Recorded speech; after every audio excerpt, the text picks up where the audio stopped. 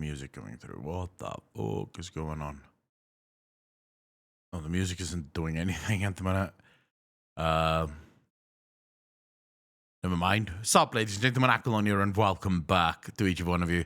And of course, if you're new here, welcome to the channel. Remember to hit that like button, hit that subscribe button, and also come watch it live. The link is in the description down below. Alright, for some reason, there's no music. There we go. Music just started. That's great. Okay. We should be ready to go. At least I hope so. Just waiting for Twitch to send out its inevitable notifications. Mr. Smokin', how you doing, brother? Welcome to the stream once again. You are on fire, dude. You are always first. Do you literally sit on Twitch and wait for me to go live?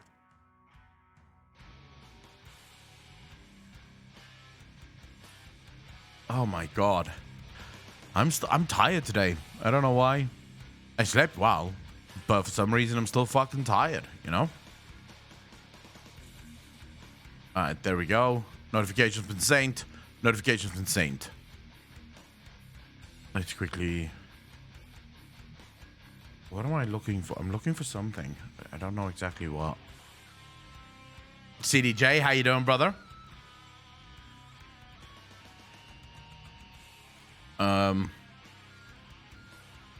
Sorry about this, guys. I'm just trying to figure out.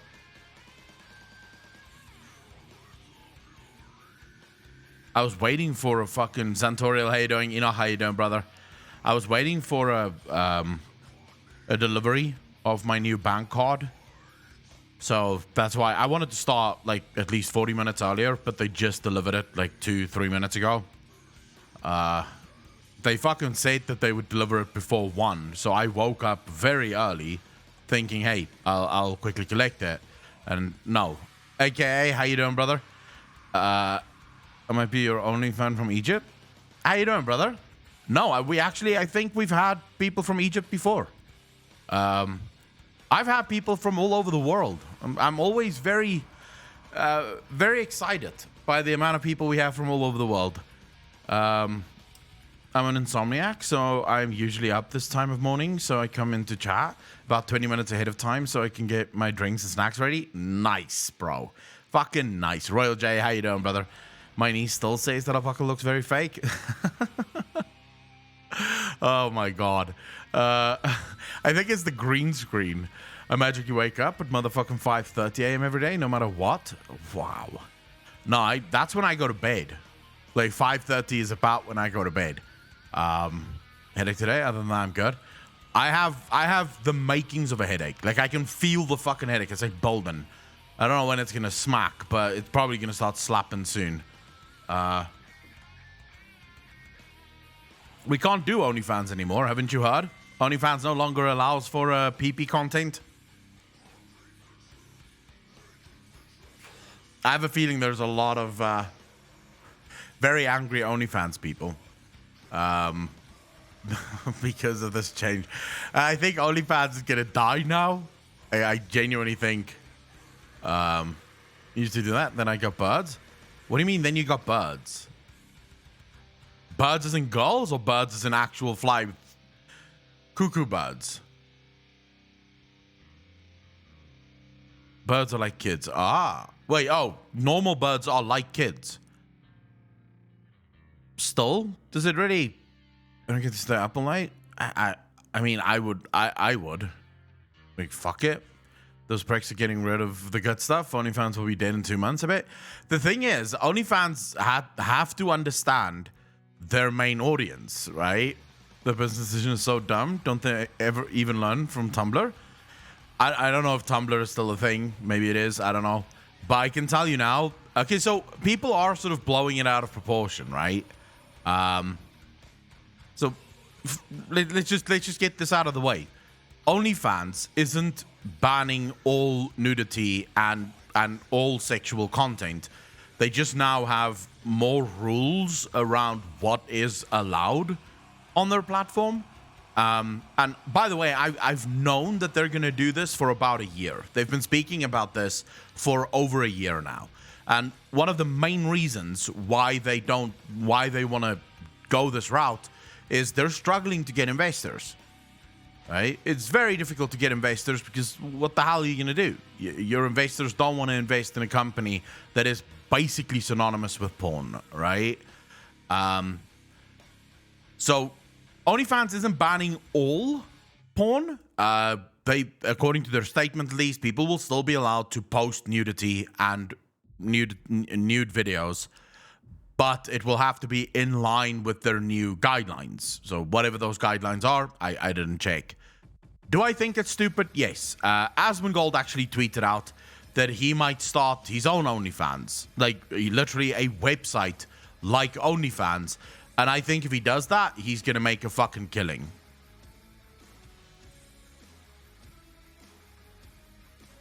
The fact of the matter is, right? I don't judge people that go on OnlyFans. I don't mind. I don't get the whole judgment for people on OnlyFans. It makes no sense to me. If someone wants to make an OnlyFans, let them fucking make an OnlyFans. If someone wants to take off their clothes for strangers on the internet, why is that my problem? I don't see why that's anyone's problem, right? So I think the people that sort of, because I've seen on Twitter, there's like a lot of people that's wallowing, like, well, not wallowing, but they're almost bathing in the tears of the content creators on OnlyFans. And I'm like, dude, you do realize that if it really bothered you that much, then just don't click on OnlyFans. It's just as simple as that. If you really don't like OnlyFans existing, then do not type in www.onlyfans.I'm assuming com, right? Don't type that in. Don't type that in. You don't go to OnlyFans. You don't see any of the bullshit that you don't like. So yeah, I don't get why people are fucking hating on OnlyFans. I think it's perfectly fine. You know, if you've got the booty for it and people want to see and pay for your booty, why shouldn't you show it to the world, right? Why shouldn't that be a legitimate way of making money? Porn stars have been making money like that for over 50 fucking years, if not longer, right? Very few people have a problem with porn. OnlyFans is just a more, I guess, personalized version of porn. But I do think OnlyFans is in trouble. I think OnlyFans is gonna die if they ban all nudity, or at least if they ban the highly sexual content. I don't think OnlyFans is gonna stay around for a long time. Patreon sort of got away with doing it, but that's because Patreon was never synonymous with porn, right? Many content creators, including myself, made Patreon and worked on that. OnlyFans, very few normal content creators make OnlyFans profiles. I mean, why would we? I stand that one. Okay, one of my cocktails, he's not the friendliest. I'm not willing to spend money for porn, so I don't care either way. I don't understand what is the advantage of OnlyFans over Patreon. Patreon bans you if you do highly sexualized content, and OnlyFans didn't. Which I guess is what the girls, like, that's why most of the girls and guys moved over to OnlyFans. Patreon was cracking down on very sexualized content because that wasn't why Patreon was designed, right? When they developed Patreon, they weren't trying to make an alternative to Pornhub or some shit. Whereas OnlyFans, even though it was technically not designed to be an alternative to Pornhub, it very quickly became that. And once it became that, it was just over. Wasn't there another one? There was another page that for a while existed and then sort of got deleted. I'm trying to remember now. Was it ManyVids or some shit like that? I think ManyVids. Wasn't ManyVids also like I think that was also like a porn place. You had OnlyFans, you had ManyVids, and I think you had one other. But I think most of these girls will just have to bite the bullet. There's eventually only going to be one place for them to be, and that's going to be Chatterbait or one of those fucking sites, which specializes in porn content, right? I don't even know if Tumblr is still a thing, I don't even know if Tumblr still exists. Isn't Tumblr like for teenage girls or some shit? Mr. Smokin', I can tell you now that I know you're making a joke, right? But I have a problem with people saying that they're gonna have to get real jobs, right? Being a content creator, regardless of what that content creation is not the easiest job in the world. And I can tell you now that as hard as I work, and I work very hard, I work about 16 hours a day. As hard as I work, I would probably not be able to do something like OnlyFans, because that's a whole new level of work, right? Because those, so from what I understand, right, and I have a couple of friends that have OnlyFans that I've spoken to, the hard work there is actually reaching out with your community, because that's what most of those girls make their money on. They don't make their money from necessarily just the subs. They make their money from responding to community requests, and that takes them 4, 5, 6 hours a day of reading what their community wants. People have custom requests that they want stuff done, and you have to then go out and figure out how do you make a video for this guy's custom content, right? This guy wants you to suck a big dildo or whatever. So you have to figure out how to do it, set up the lighting, set up the fucking camera shit, and then do it for like an hour or however long. I don't know what the fucking time scheme, I think it's like minutes that they allow for $30 or some shit. But yeah, so it's not an easy job, right? Not by any stretch of the imagination. It's not the same as coal mining, I'll give you that. I don't know why I always use coal mining as my yardstick for real job, but I think it's because coal mining is very fucking hard, right?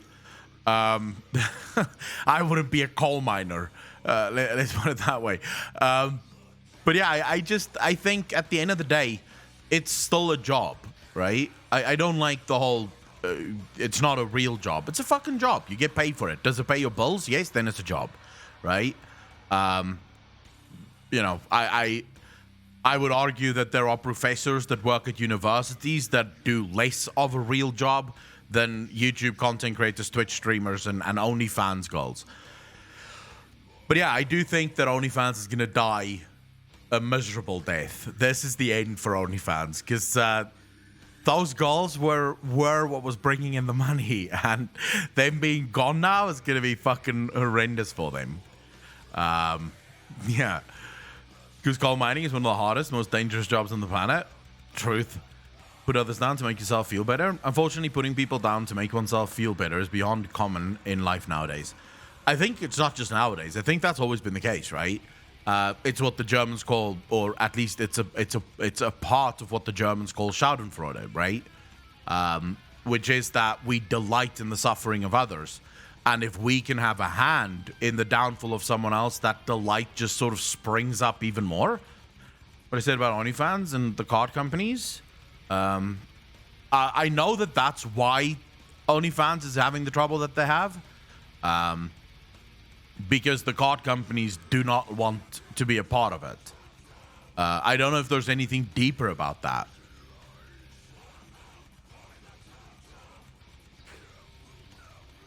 What's interesting to me, okay, so I would say, Xantorial, I would say that Visa is almost definitely not caving to American evangelists, right?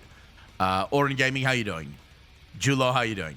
And this is not a political statement, right? Because I couldn't give two fucks about who you voted for.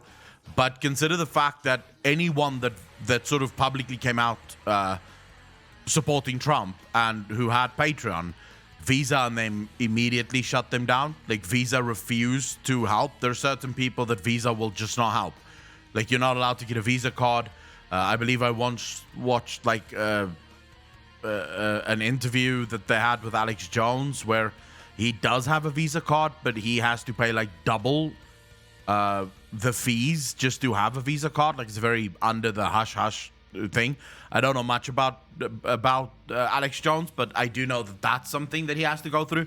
So, unpolitically, Visa doesn't like the evangelical Christians.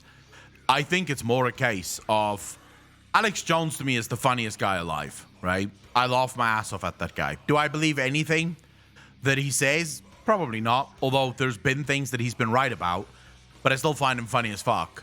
By the way, I don't have a political bent in my body. I don't care if you're conservative or Republican or Democrat or fucking communist. I don't care, right? Everyone needs to make their own mistakes. It's not my problem. So I don't judge people based on that. I judge people based on are they funny or not. Like, if you're funny, and I like watching it, right? If you're not funny, you're not funny, and I don't like watching it. But yeah, so Visa have made themselves, I think, we're in a place now where Visa have employed themselves as sort of moral arbiters of society, which is a very dangerous place for a fucking credit card company to be, right? They should not be the moral arbiters of society. And I think that's why they're putting pressure on someone like OnlyFans. That's terrible. Have a company. I will never get a credit card. My self-controllability is just shitty. I cannot prevent myself from buying super chats, OnlyFans, and store mounts. Zig, thank you much for the 50, dude. Really appreciate that. I think getting a credit card, if you know that you're gonna just fucking max it out, is, yeah, don't do it. Thus far, primarily OnlyFans changing. Shay, how you doing? Yeah, Visa is on the side of the woke extreme left and does everything it can to screw with folks. My thing is, everyone that's on the side of the extreme left or on the extreme right will find themselves very quickly in a minority, because I do believe that that's the minority of the world. I don't think the majority of the world are on the extreme left or on the extreme right. I think the majority of the world just wants to live and just go on with their lives. I like Ivy a lot. Saban, how you doing? I personally live by a very, very, very, very strict code. My code is rather fucking simple. If what you do does not affect me, then more power to you. As soon as what you do starts affecting me, then we're gonna have a gunfight. Centurial, the sad part is, it seems like extremism these days is almost guaranteed, right? But it's the extremes that are the most vocal and get the most attention. True. You don't need much, right? You don't need many extremists to make a lot of trouble for a large part of the world. I think they once... I was once watching this show where they did a breakdown of countries in the Middle East and how they fell to Islamic extremism, right? It was Lebanon, for example. Lebanon was a perfectly secular place to live. There was nothing wrong. There was very, very chilled. They had about 1% Islamic extremists in the country, and everything was fine. When they reached 2.5% Islamic extremists, you started seeing churches being burnt down, churches being blown up, car bombs and the like started to happen. At 5% Islamic extremists, Lebanon was being overthrown by the extremists in such a way that the extremists eventually got into government, and then they started persecuting the Christians, and basically the Jews and everyone started killing everyone, right? So that basically, the reason I'm explaining this is you need 5% of your population to be extremists for there to be massive issues, right? It doesn't matter whether it's on the left or on the right, doesn't fucking matter. If there's 5% extremists, they can cause a lot of shit for a lot of people. Moni, how you doing, bro? People don't want to think of it themselves because that's our biggest problem today. I believe that. The biggest problem we have today is people crave safety instead of freedom. That's, I believe, the biggest problem we have today in our world. People are so desperate for even a modicum of safety that they will give away everything, even their ability to think, their ability to speak. Lightforge and MB? I saw that, actually. I saw Blizzard is bringing out new customization options for the Lightforge Draenei, and I thought to myself, that's not gonna help. Are you hoping that that's gonna bring more people back into the game? If you now... Because I just want to make sure that everyone understands this. You do know that Blizzard said at the beginning of Shadowlands, there will be no new customizations on the races. They've done the customizations. They're not going to do any more. None are planned for this expansion. Maybe next expansion. Now, suddenly, Blizzard are bleeding millions of players, and they found a bunch of customizations. What do you know? Suddenly, there's a bunch of customization options. I think safety and freedom are both very important. We need to have a balance in them. We cannot just give up on any of them. I value freedom far more than I value safety.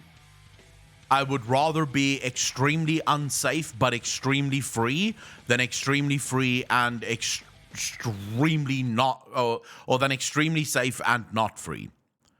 The problem with safety is that safety almost always comes at the cost of freedom.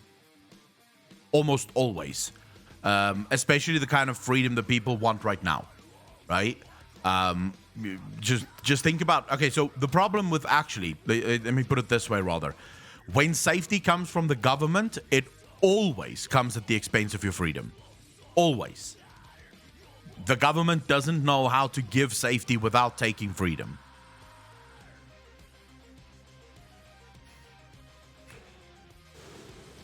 Cypria, I actually agree with you there. Cypria, WoW needs either it either requires a WoW 2, massive reset, Realm Reborn level stuff, or an expansion that blows everyone out of the water, right? Without that, it's just fucked. People crave comfort, long as it doesn't inconvenience them. You see, I crave freedom. One of my favorite sayings ever. Let me try and get it for you.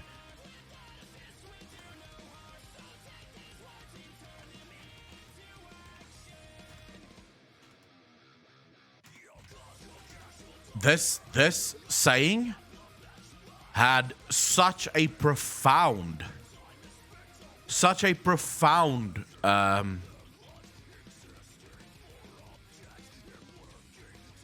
effect on my life, right? Such a profound effect on my life. Not Ben Franklin, no.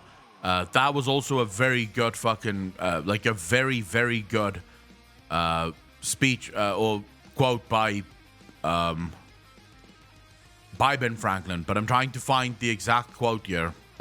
So this was actually part of a speech, right? The speech was by Patrick Henry, right? The speech was made by Patrick Henry, and it was in response to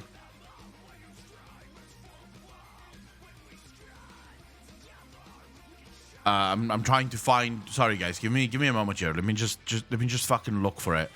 Trying to find exactly the full speech. If I can only find it. All right. So this quote from Patrick Henry, right, was in response. They were busy talking about the formulation of the United States of America, right? And they were sort of going through the motions of they were going through the motions of trying to figure out, is America going to be a democracy? Is America going to be a dictatorship? Is America going to be a constitutional republic? And a big portion of the House at that point in time were sort of leaning towards democracy. In other words, mob rule, right? So the majority votes and decides what the minority has to do. To which the founding fathers had an arguably sort of weird notion towards. They did not like that idea at all, right? And so Patrick Henry got up and he gave this speech, which is just one of the most profound speeches I have ever fucking heard.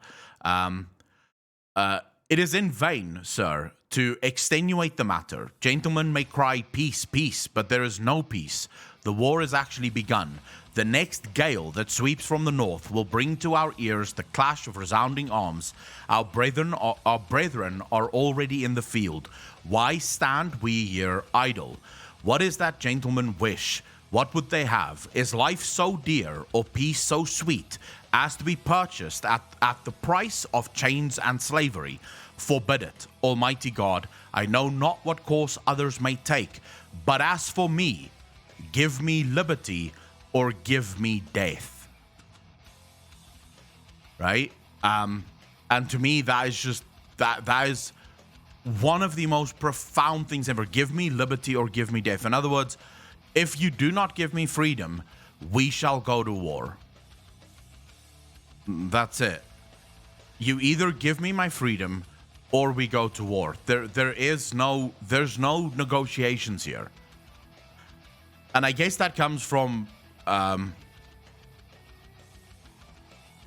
I guess that comes from my anarchist beliefs.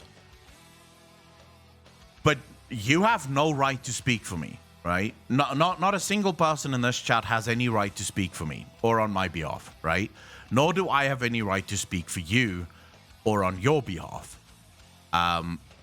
It's one of the most profound evils, in my opinion, when people believe that they are allowed to, when other people believe that they have the right to tell others how to live their lives. I see that as one of the most profound evil things in the world. It's perhaps one of the reasons I find democracy to be one of the biggest evils in our world. I don't think that democracy is the best we have. I think democracy is an evil that should be defeated. I would take dictatorship over democracy because at least in dictatorships, they don't pretend to be anything else. Democracy is dictatorship pretending not to be dictatorship, at least for me. So that quote gave me... you can read the full speech, by the way. The full speech is incredible. He basically challenges everyone in this. Give me liberty or give me death. But he challenges everyone. He basically describes to them that if you do not give us... I believe he came from Kentucky. It might have been from a different state, but I think he came from Kentucky. I can't remember exactly the story behind him. But he basically said, if you guys don't do a constitutional republic, it's go time, right? We declare war and we walk away. It's as simple as that. Zix, did you not understand what I was saying?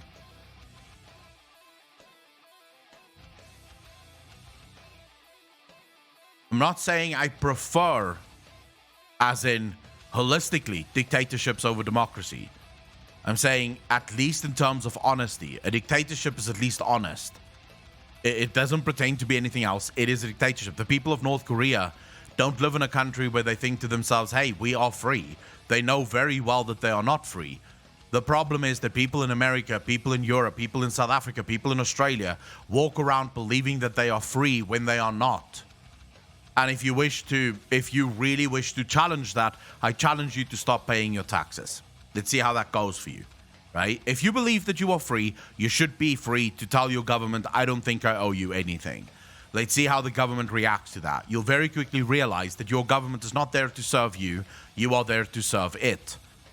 Because taxes is not a voluntary thing. Taxes is a thing where they tell you what you pay them, and if you don't, they throw you in jail or they shoot you. It's so there's no freedom in democracy. That's my problem with it. And I recognize that most people don't share my view, and that's fine. I don't want any of you to live in my country. I don't want to force anyone to live the way that I want to live, ever. I don't think everyone should want to live where I want to live. That's just how I want to live.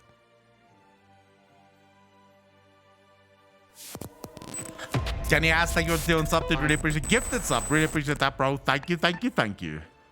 But a democracy pretends to be free because if they stop pretending, one half or the other of the populace would declare war. I think war is inevitable at this point. I do believe that war is inevitable at this point. I was watching this video yesterday from a mathematician that sort of asked the question, is the next civil war going to spell financial ruin of the world? How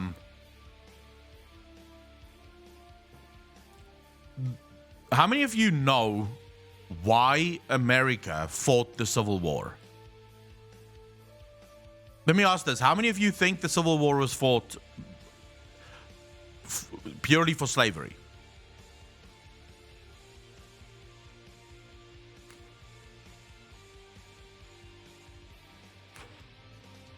Slavery had actually very much to do with the Civil War.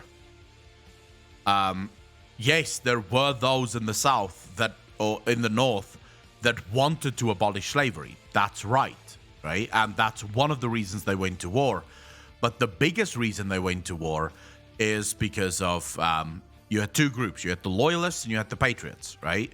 The Loyalists craved safety. They wanted to stick with, in many ways, they wanted to stick with the British Empire because they believed that there was actual freedom or safety with the British Empire. They had the largest navy in the world. They could help them, so why not? And the Patriots wanted freedom. That's what they wanted. Sorry, the revolution, not the Civil War. Sorry, the revolution. Excuse me.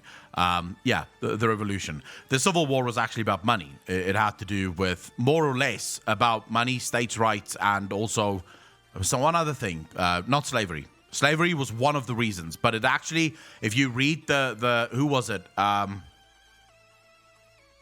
think it was Abraham Lincoln. It could have been the one just after. I think it was Abraham Lincoln actually. But if you read his reasons for wanting to go to war, slavery wasn't even mentioned until I think the third or the fourth paragraph, right?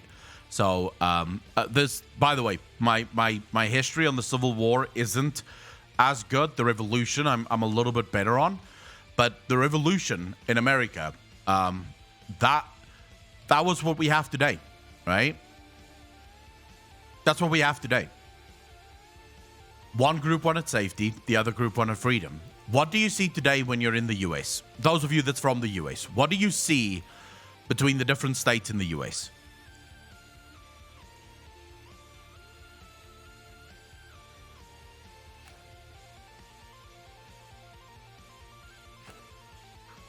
No, I'm asking about the different states in the US. What do you see between, what's the biggest difference between a state like California and a state like Texas? In the climate that we have right now, the COVID climate, with the federal government and all the things that's happening there, what is the biggest difference you see between these two states? One state wishes to prioritize freedom. So it removes mask mandates, it removes basically all of the rules and regulations that was thrust upon it by the federal government. The other craves safety, right? It wishes to have safety. So it doesn't matter that it's stepping on people's rights. It doesn't matter that it's stepping on people's freedoms, because the safety is in higher regard. When you have these two ideological clashes, it's almost inevitable that you're going to have war. Because, as I said before, safety and freedom is at the cost of each other. The more free you are, the less safe you are. That's a rule. The more free you are, the less safe you are. The more safe you are, the less free you are. These are rules. They work against one another. Because if we wanted to have a truly free society, a truly safe society, there must be no freedom, right? If you want to have a true free society, there will be almost no safety except for the safety that you basically enforce yourself. So you make your own safety. That's basically the trade-offs. These are two ideological differences that I don't think can coexist.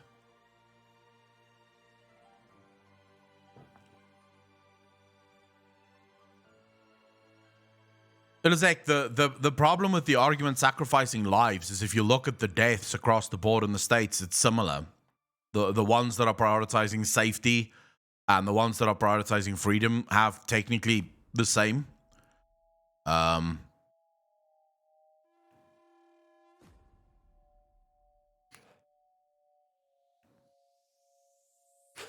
and I don't think it's fair to say sacrificing the lives of others.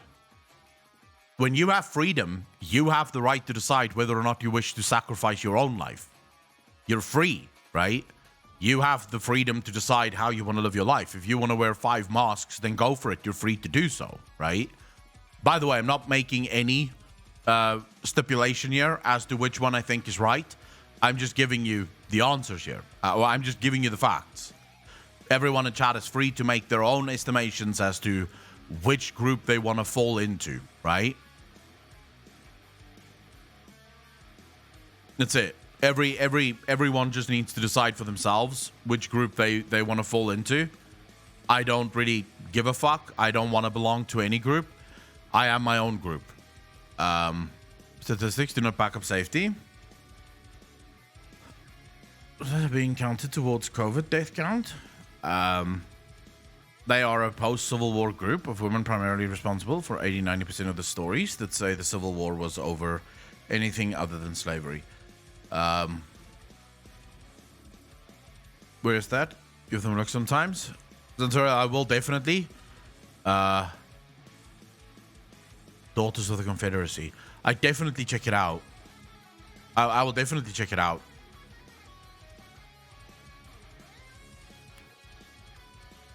Canny asks, that's not always true though.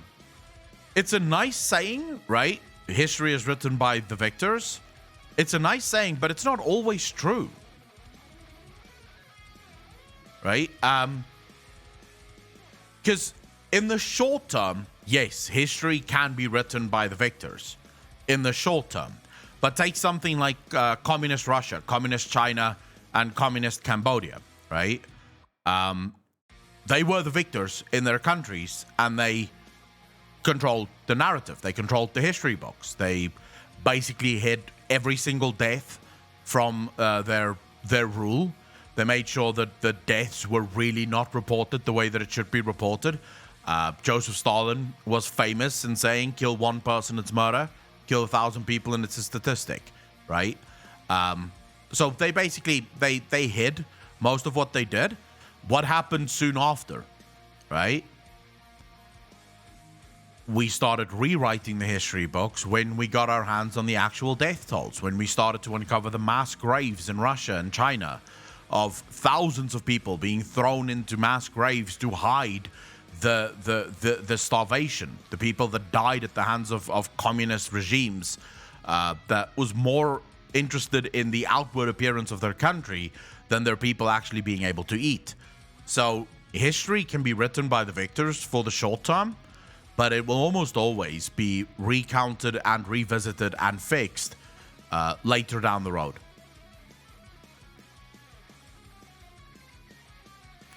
Cannibal Island was actually, I know of a YouTuber whose parents were from there. And it's true. The people eventually did resort to eating each other just to stay alive.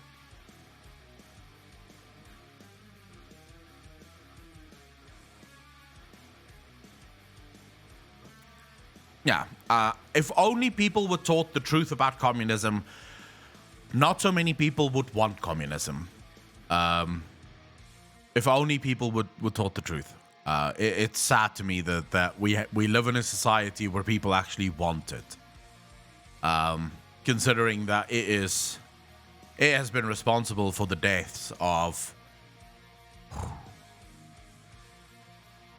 very many millions of people. You see, the problem with... So, I heard this was actually a very funny quote to me. Communism makes sense on paper if you do not pay attention to the details, right? Because Karl Marx sort of highlights how the revolution starts, then he yadas the middle bit, and then he goes utopia, right? But the middle bit is important. How do you go from this dictatorship to utopia, right? They just yada that, right? That's like, and then utopia. That's literally what communism is. It's this dictatorship that eventually just, fucks everyone, and then very quickly we get to utopia, I right? think But no the one ever problem explains with how we get there. communism is because it is not real. It's like magic. If we have magic, is that good? Yes. But magic does not exist, so if a person says they have magic, we know they are lying. Using Twitch for the first time on my phone. It sucks. Need PC. Macmillan, how you doing, brother? Zix, I agree with you, by the way. I think my problem with... So, the problem with communism is it ignores what humans are, right? That's the real issue with communism. Communism can work if you do not include humans in the problem, right? As soon as you include humans, you're fucked. Because the issue is, whoever sits at the top, the dictator that has to invoke this utopia, they're fallible, they're human, therefore utopia will never arrive.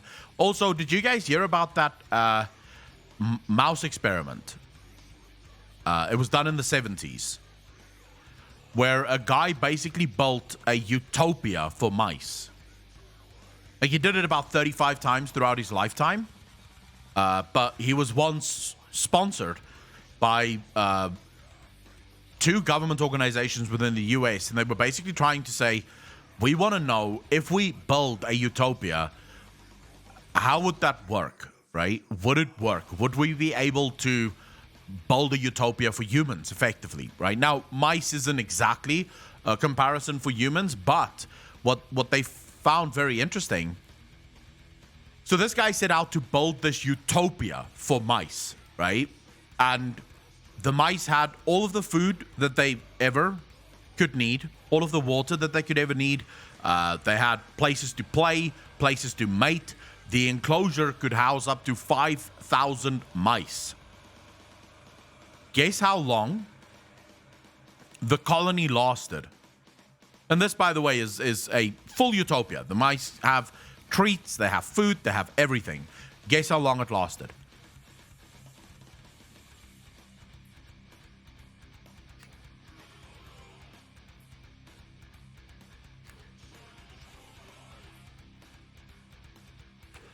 Yeah. It lasted, I think, 6 weeks. No, 6 months, excuse me. The colony sort of bottomed out at 2,000, right? So it stopped growing at 2,000 mice. Very quickly, they sort of formed tribes. They formed these groups, and the groups would attack each other. They would literally kill each other. They had everything. They had enough food, enough space, enough everything, but they started to attack each other. They basically just started warring with each other. And they had one group of mice, they called them the beautiful ones. This group of mice completely extracted themselves from the society of mice in the enclosure, where they just spent all day sort of beautifying themselves. And they called them the beautiful ones because they had literally 0 marks on them whatsoever. They had no scars from the fights. They just refused to be part of it. And what I got from that, if you know anything about animal behavior and humans being animals, the fact of the matter is utopia will be the end of humanity. Humans were meant to suffer. It is through suffering that we find who we are. It is through suffering that we find ourselves, our purpose, our value. It comes from work, it comes from value, it comes from suffering. You remove suffering, you're fucked. Because then you end up with a human species with 0 drive, 0 goal, 0 interest, because everything's just there, right? You don't have to work for anything. It's just provided.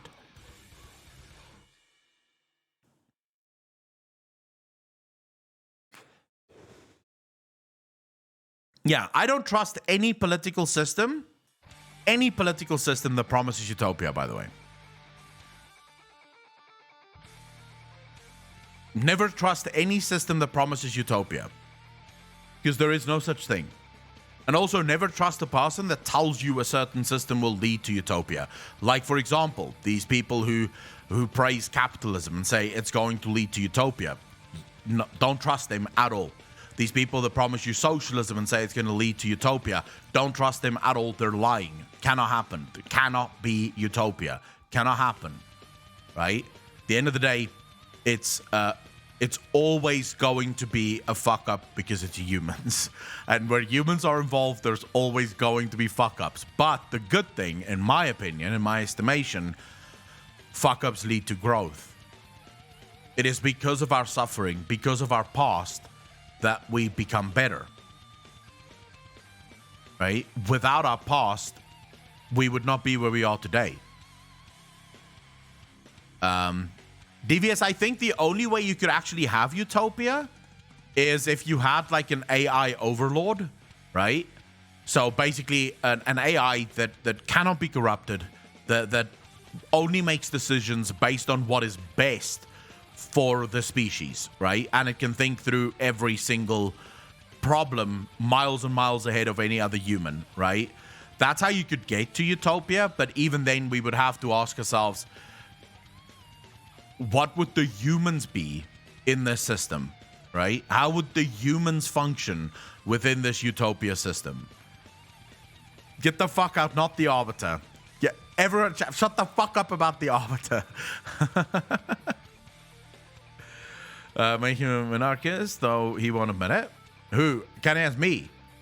I don't. No. I am an anarchist. I believe that there should be no government. If I am to bend the knee to some form of government, I would go for a federal government, like a full-blown federal government as it was intended to be when the founding fathers. But even then, I think to myself, the role of government is to control. So no matter how well you set up a government, will it not eventually lead to tyranny? Right?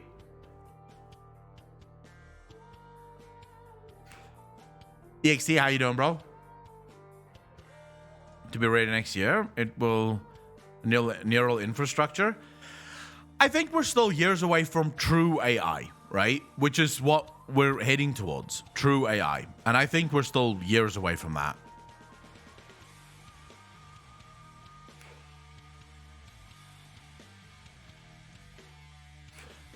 You cut your thumb. Oh my Jesus. ETX, how the fuck did that happen? It's programmed by humans and would learn from humans, so perfect is impossible. DVS, I do think though you could probably with the right rule set, you could probably create an AI that learns beyond its human masters, right? Its human coders. Not now. We're talking way in the future, right? Not right now.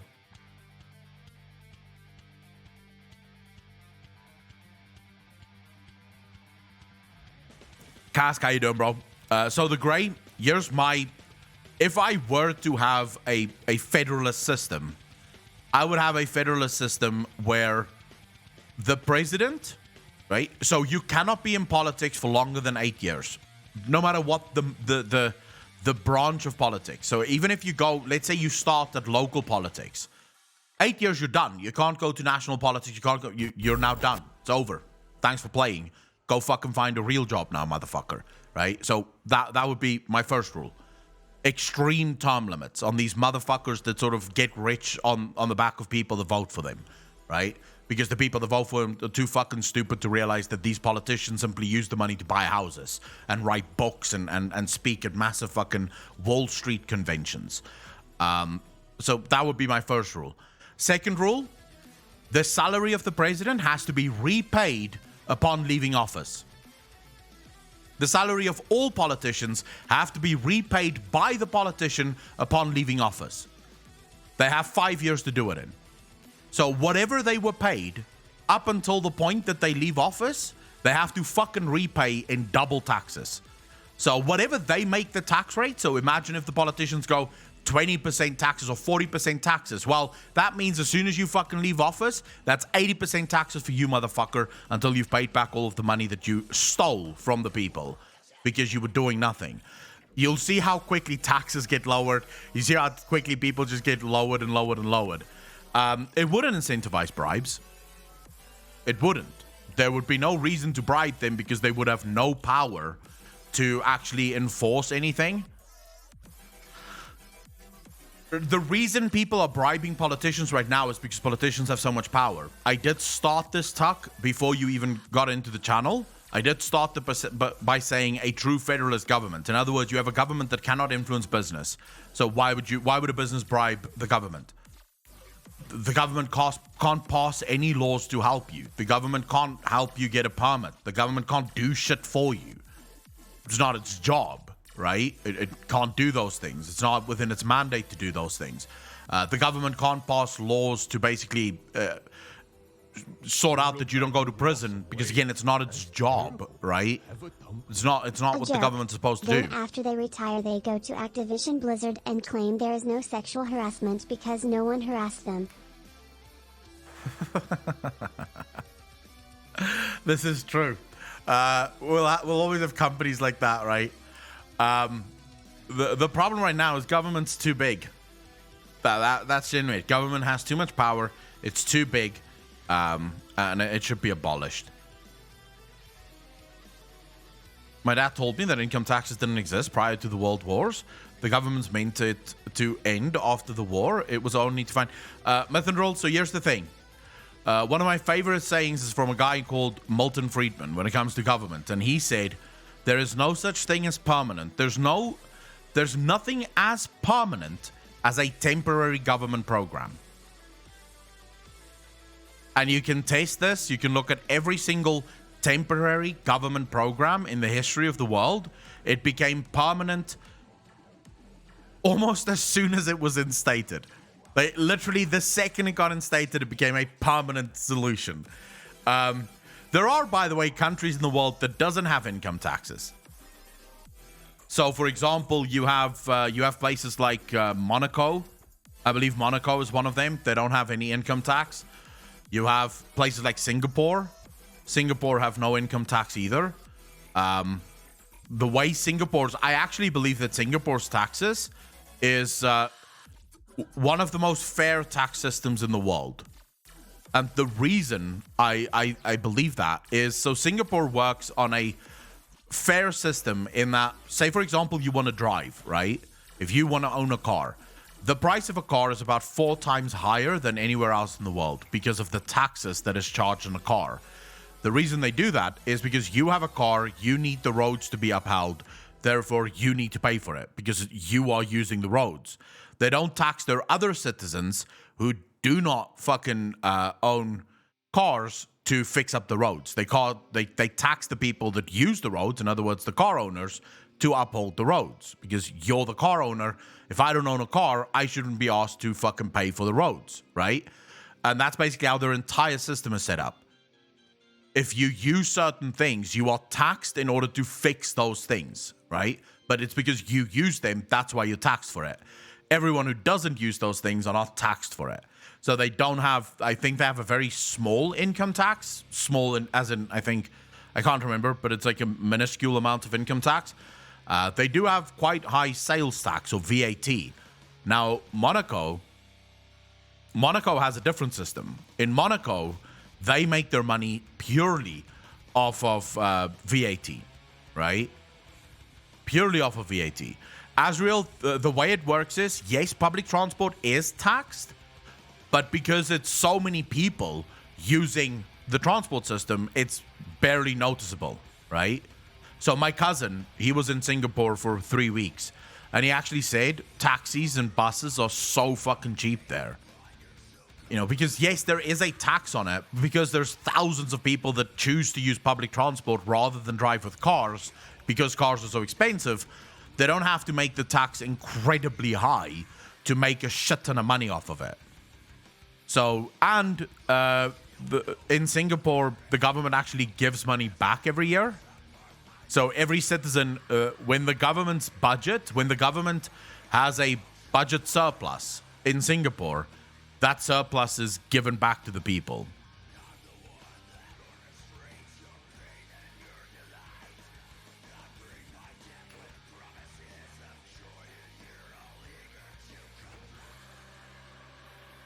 In Berlin, they are planning to forbid cars in certain central areas, ban SUVs, ban combustion engine cars.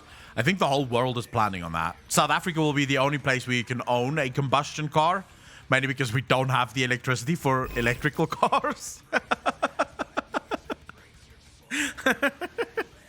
We don't have enough electricity for electrical cars, so we're just gonna have to keep using petrol. Killing Gang, thank you for seeing what's up. Did really appreciate 10 months in a row. Thank you. I am very good, Killing Gang. How are you doing, brother? Did your power go out last night? Luckily not, but they did already let me know this morning that it might go off tonight, which is gonna piss me the fuck off. If it goes off tonight, I'm gonna lose my shit.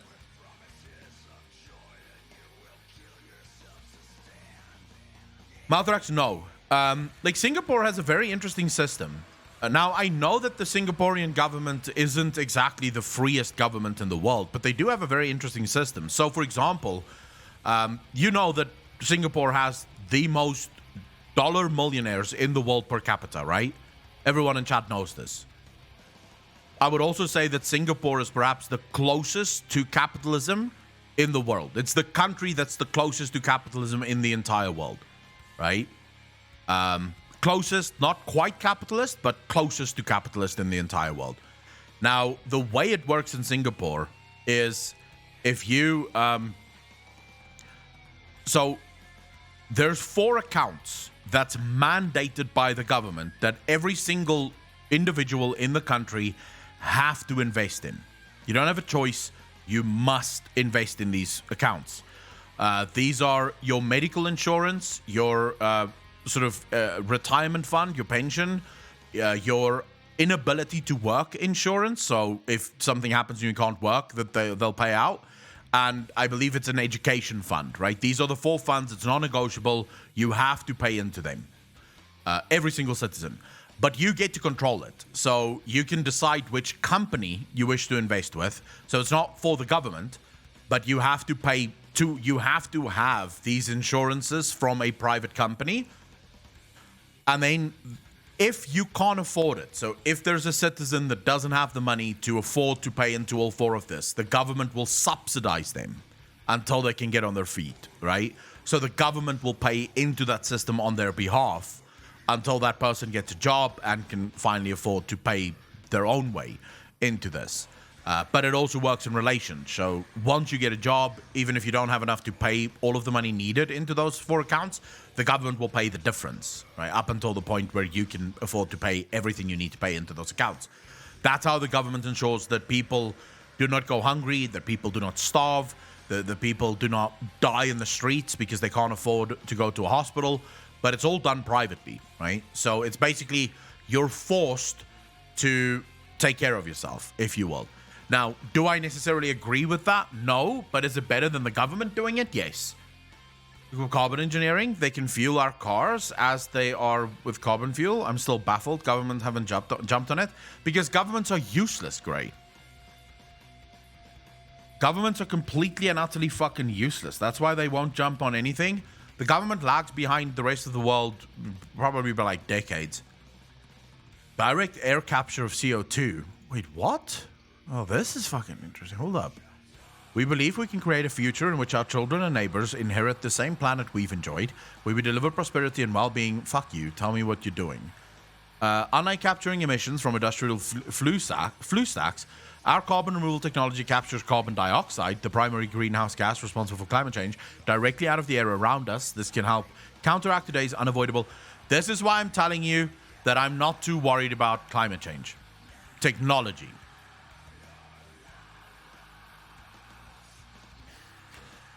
I genuinely believe that within the next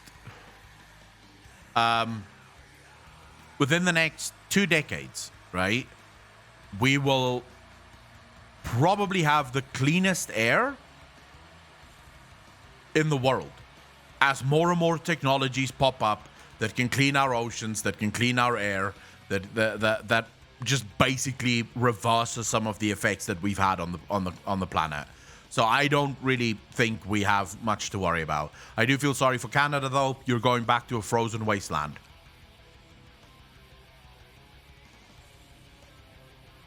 I'll definitely watch that. This is very interesting to me. What is this? Why Saudi Arabia is building a linear city? I'll check that later as well. When they're all... We are what? You're asking if you're going back to a frozen wasteland.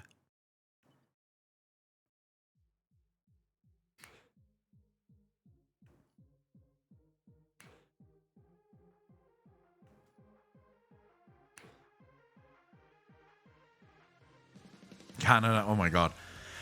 So, Myth and Roll, there's something very interesting about Canada and about global warming, right? Which people don't often talk about, the sort of good changes about global warming.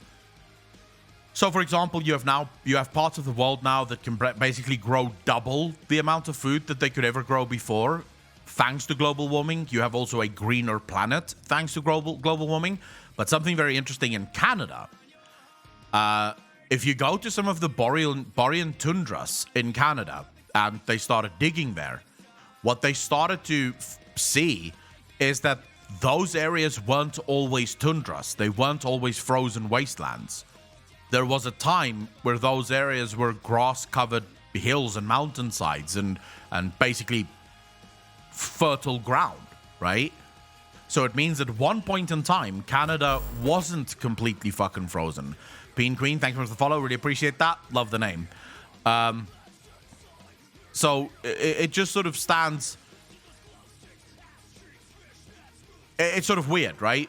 Also, according to at least... I think like 100 years ago or something, the borders of Canada from America, it was like if you went 50 miles into Canada, it was all frozen. Nowadays, it's like 100 miles or something from the border where you'll start to sort of enact or interact with snow and shit, something like that. So there's definitely a greening effect that's happening with Canada. My mileage can be off, by the way, and my timeline. But I do know that Canada used to be frozen completely. And also parts of the US used to be frozen completely. But then also there were times where Canada was completely green.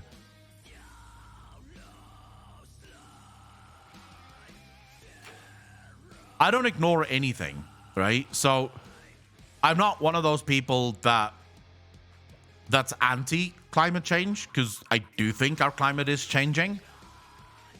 I'm also not necessarily skeptical of the sort of bad things that climate change could bring. I'm more the kind of guy that says, I don't know.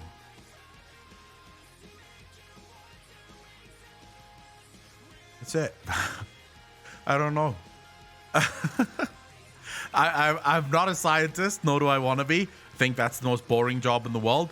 I lie, of course. My brother is a scientist, mathematician, but also a physicist. So I find it interesting to talk to them. I just don't really, I don't know, right? So I don't make predictions or like to say with certainty if I don't know, right? That's usually where I sort of draw the line. I don't like to speak about things that I don't fucking know.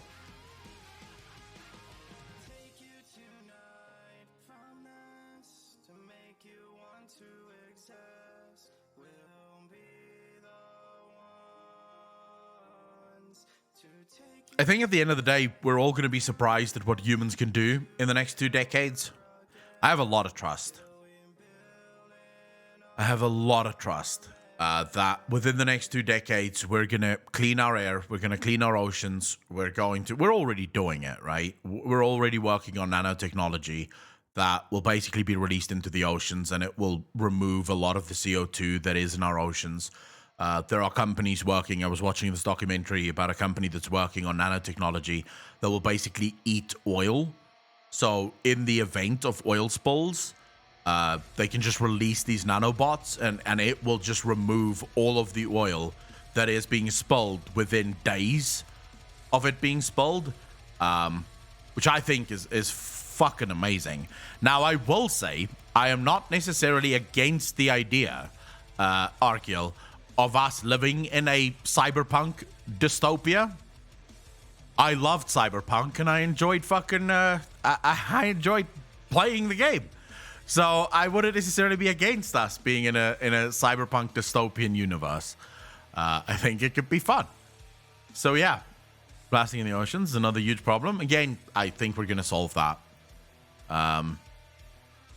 PM is a twat who has been more worried about kissing US ass and letting them destroy our forest for oil. I would not say that's why he's an asshole. If I were to judge Mr. What's his name again?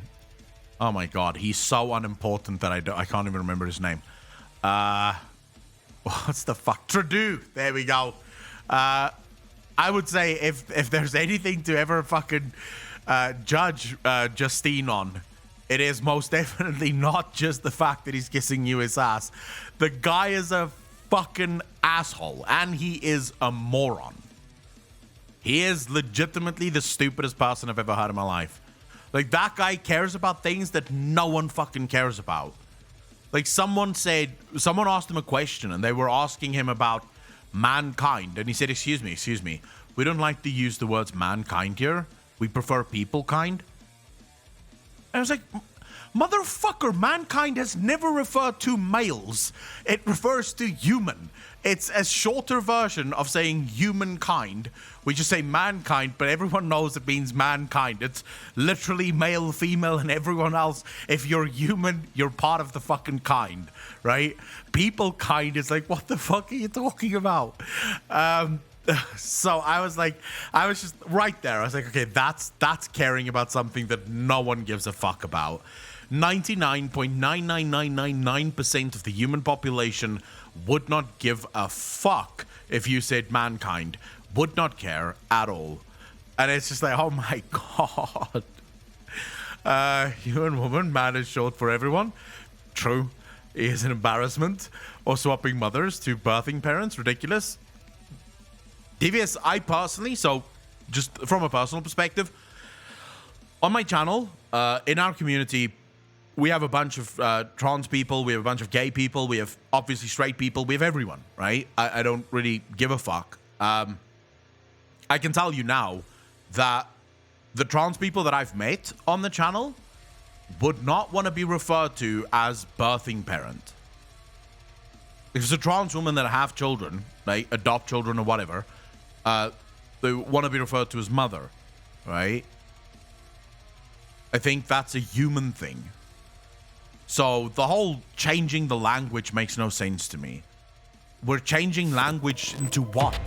Like, what's the purpose of this language change?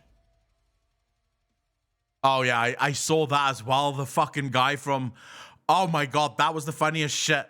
The guy who said a man and a woman, and it was like,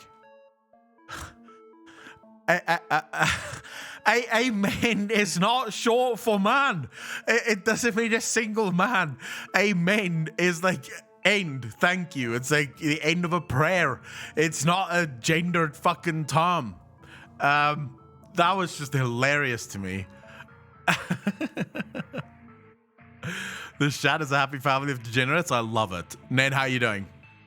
And to everyone that is here new, you walked into a massive can of worms. I do apologize for that. Well, actually, I don't apologize. If you don't like it, too bad. Everyone is allowed to have their opinions here. If you don't agree with my opinions, let me know why. We can have a discussion about it. They don't know why our civilization isn't English language based. Some information must be the ultimate form of equality. I have no idea. I was an English major. They're just showing a lack of knowledge in language. I think a good thing about the Chinese language is that the pronunciation of he, she, it, him, her is the same. But how do you then know who you're speaking about?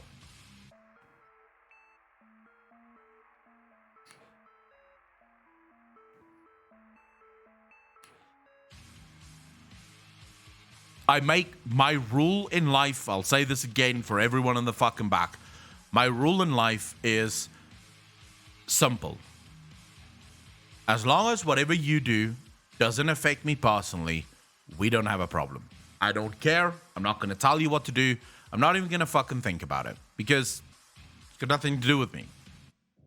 I'll support you in whatever the fuck you wish to do. Just don't ask me to go march with you. It's hot. I don't like the sun and I don't like leaving my house. So I'm not showing up for any sort of activist rallies or some shit.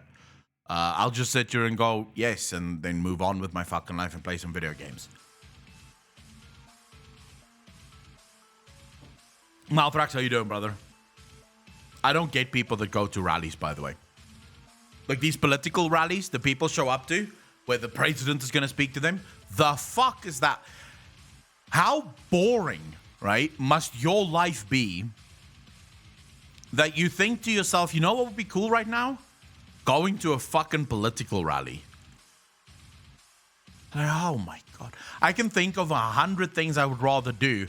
One of them includes being punched in the nuts. One of them genuinely includes being punched in the nuts, because at least that could be considered by some as fucking kinky, I suppose, right? But fuck me. Am I going to go stand in listening to some guy talking about how he's going to change the world? Yeah, no. I don't think I'm going to do that. I think I'm okay with not doing that.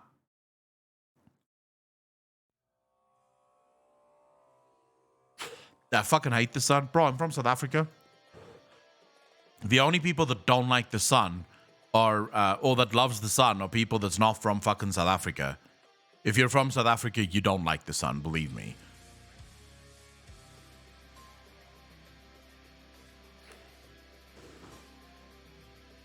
McCade, how you doing, brother? I tried the nut punch kink for a while, Akalon. It's not as fun as you might think. Bro, it's still better than standing in the sun listening to a president speak. And I don't know why anyone would try that, just to be fair. Like getting full-on punched in the nuts. Like I'm talking full-blown punched in the fucking nuts.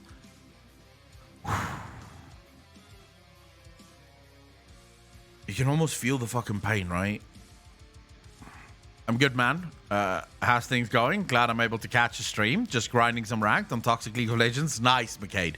The president, the ACCA will support. For too long, I have endured the founding fathers' flawed design. I will forge a new country where everyone shall serve me. No, I would not. I would definitely not fucking vote for that guy.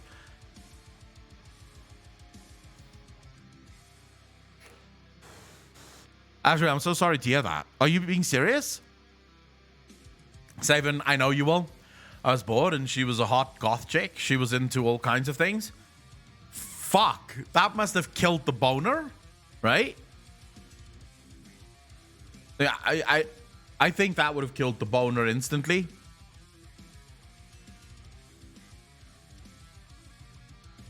Who doesn't need my vote? Ilizek?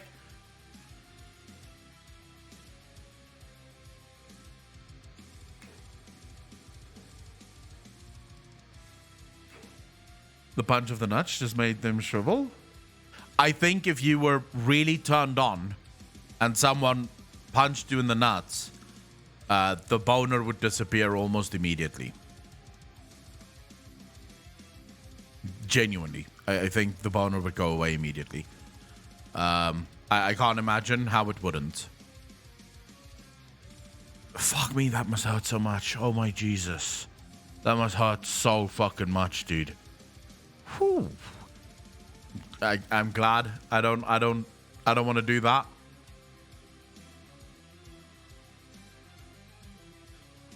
It will turtle right back up inside.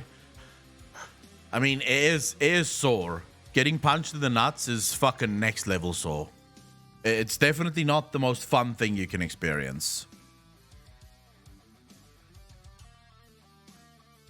There are people that excites. I am not one of them, but there are those people. Hey, I'm not judging anyone's kinks, right? If you have a kink and you wanna go balls to the wall, get your fucking nutsack punched in, you be you, bro.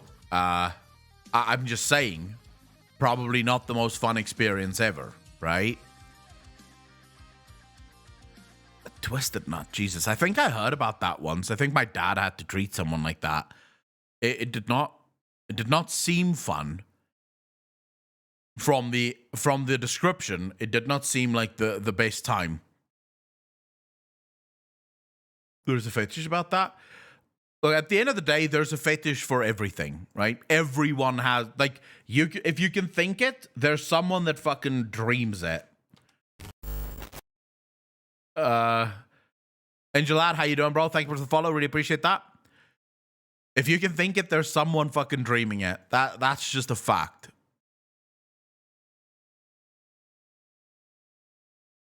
Oh, I'm sorry to hear that. Myth and roll. Is it so? It's not just it's not just South Africa that struggles with internet. The rest of the world has struggles fucking too.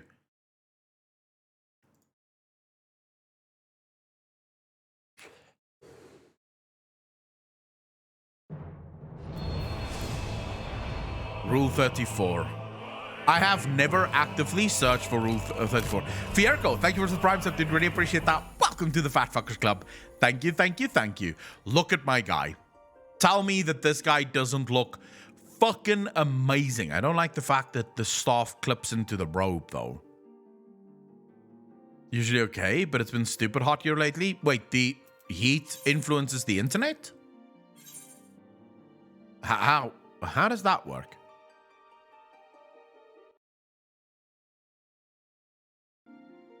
He doesn't look edgy. He looks good. Jagged, how you doing, brother?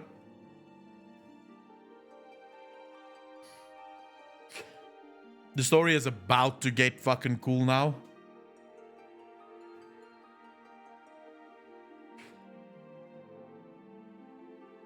It's like poster edgy. How? He doesn't have black hair. Black hair is what you have when you're edgy. Everyone knows that. All right, what was that? What did we picked up the new quest, right? Yes. Okay, so we can leave now. We need to go to Mamodi. My internet can be a pain in the arse. I'm in the rural hills of Tennessee. If the weather isn't causing an outage, it's some drunk redneck shooting up the transfer boxes. I fucking hate when people do that. We had that once year when someone put a firecracker inside one of the like internet exchange boxes and blew up the entire fucking box, dude. They took like one of those giant black dynamite stick things and they blew it all up. We were without internet for like 2 weeks waiting for that shit to be fixed. And I was just like, oh, for fuck's sake, this is where I would actually support the death penalty.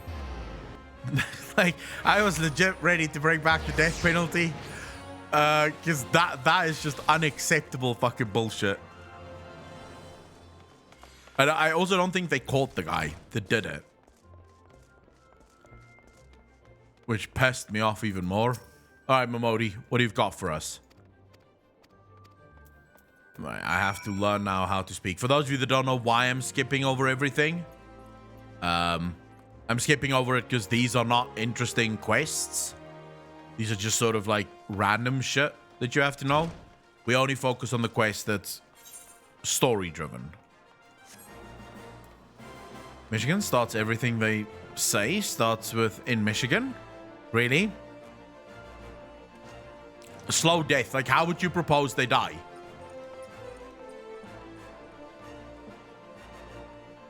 Wait, where am I going? Ah, I ran the complete wrong way. I want to go to the Goldsmith Guild.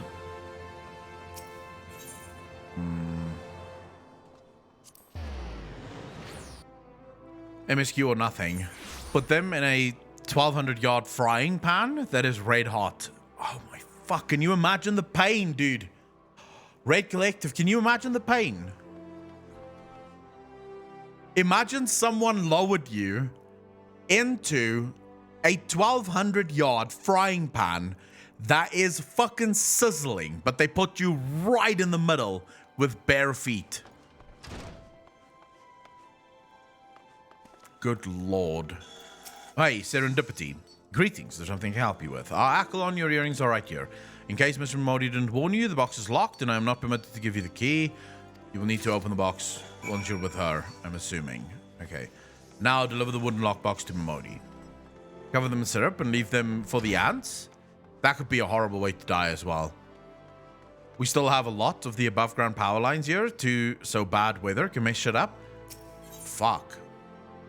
I'm glad that, so the heat almost never interferes with our internet at least. But we don't need the heat to interfere with our power supply. Our power supply interferes with itself.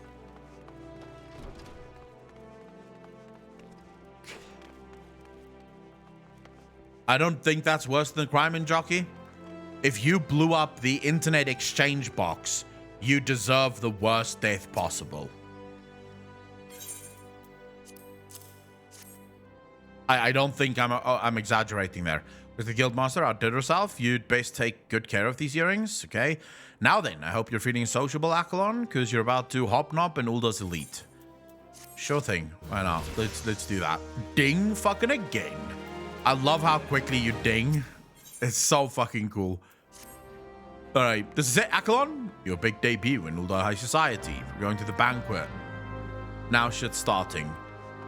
Put on the voice of the just and speak with... Okay, so I have to put on certain earrings now. But... where's the earrings again?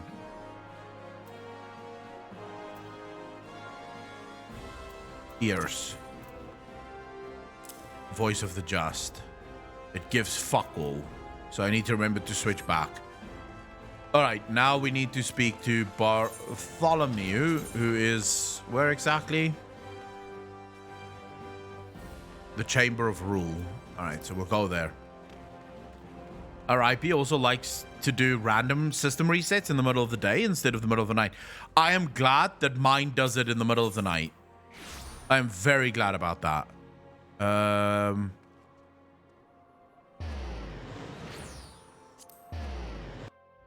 Alex, how you doing, brother? I do not have internet. Can you guys imagine, just very quickly, imagine a world where the internet completely disappears.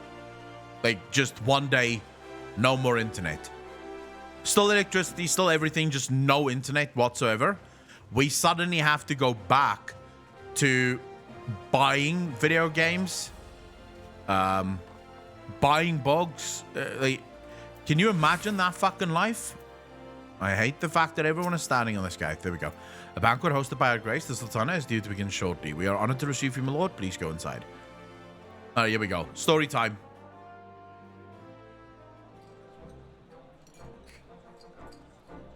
How did you guys live it?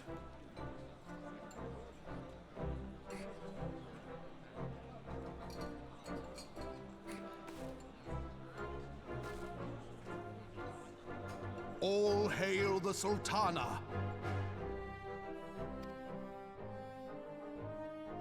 Your Grace. Can you guys hear all right? Raubon?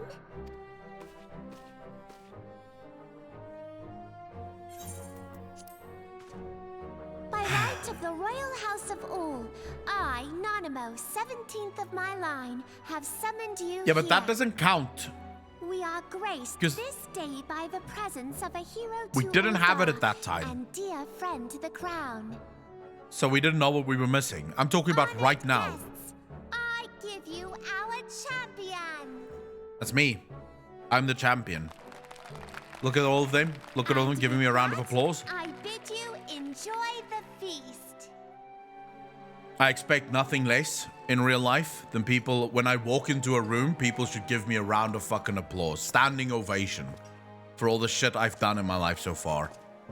Not to spoil your appetite, but Ulda is hardly so bountiful as this meal would have you believe. While we gorge ourselves, children starve in the streets. Nor can her grace do aught to help them. She is thwarted at every turn by those on the syndicate who derive their wealth from the workers' poverty. Uh-huh. Beneath her mask of stately serenity, she is aghast at the plight of her subjects. Okay. But there will be no hope for the masses until the crown is restored to power. I am truly By the way, pay grateful attention for to the all you crown. have done for Ulda. But there is so much more to do. That light, what is it?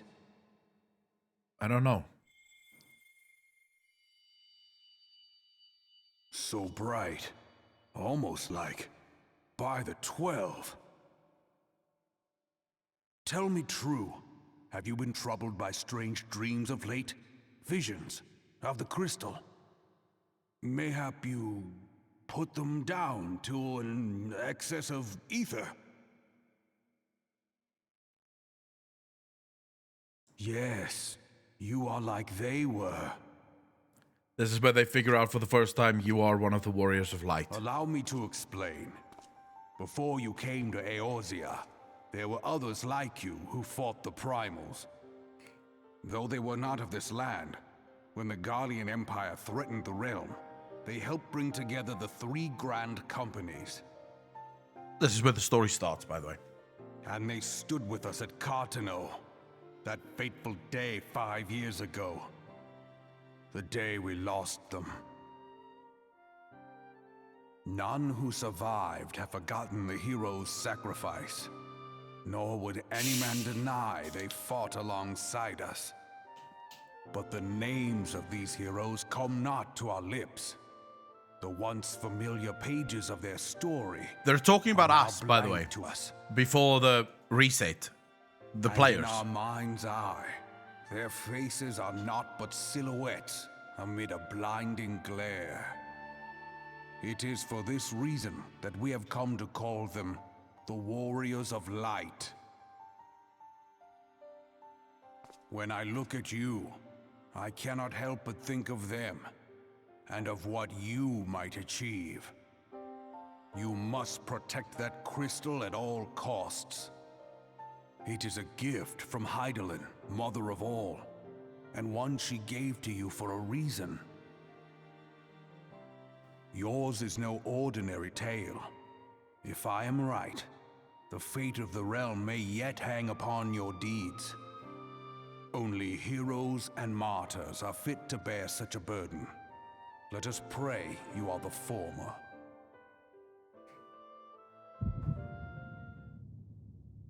And I watched this. This is so fucking cool how they introduce you to the story, dude.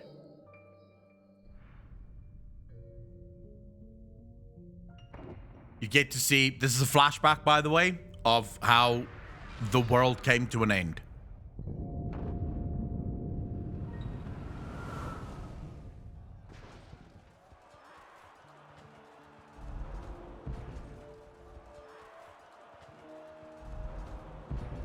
Flames to the fore!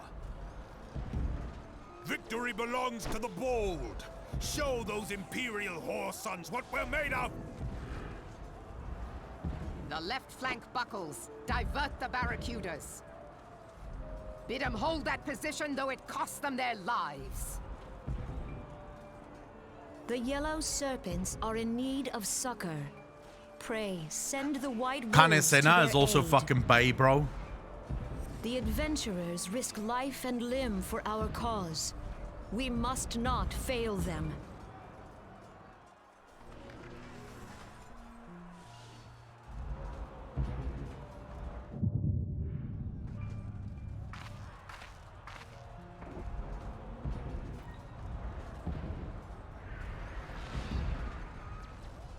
Is aught amiss? No, it is nothing.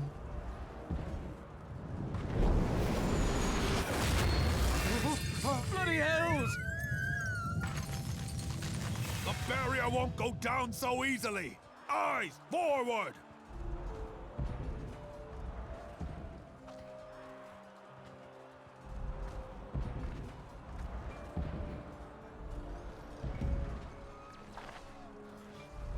Yeah, there's a lot of We words are no one being uses in real life.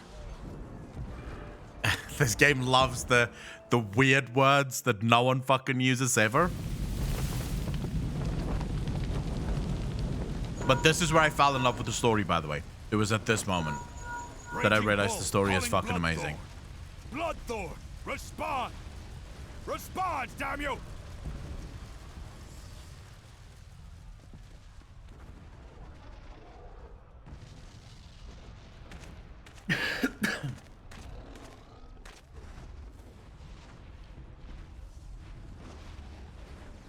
Ah! Raging Bull, this is Mad Snake. Respond. Does anyone catch that reference? Ryder, this is Raging Bull. What news? We're surrounded by a blaze. There is no way out. Gods preserve, what is that thing? Metal Gear What's going Solid. on? Speak to me!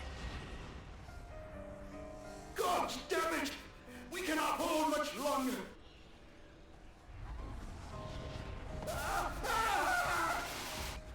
Mad Snake! Mad Snake! Answer me! This Metal Gear Solid.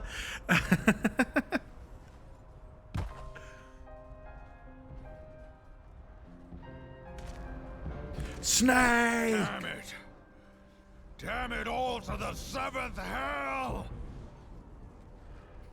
What of the barracudas? Can they not be reached? Sorry, Admiral. Shell's not working. What of our own? I cannot say, my lady. That monstrosity appears to be disrupting our communications. We must keep trying. Call till they respond. Yes, my lady. Admiral, General, we can do no more. We must give the order to withdraw. I will not forsake Louis Soir. General, please. Victory may belong to the bold, but there will be no victor this day. You know this to be true. Let us not sacrifice lives in vain. The adventurers fight bravely, but to no avail. Okay, take care of yourself, bro. Let them withdraw, and let us be the ones to stand with Louis Soir.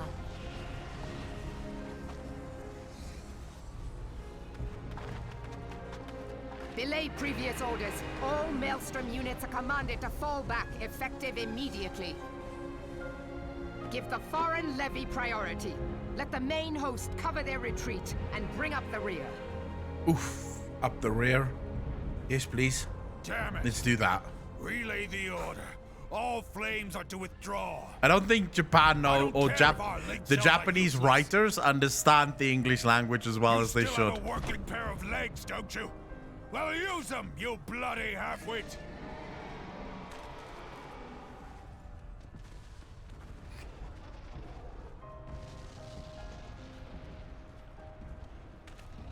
The outcome Your of base this belong battle to was us. long since decided.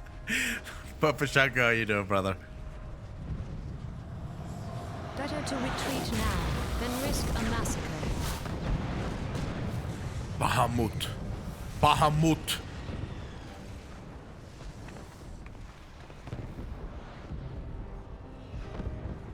This Happy Friday to you as dark, well. Stifling presence.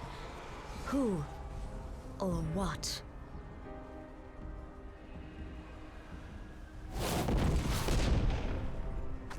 We go to take our place beside Archon Louis Soir.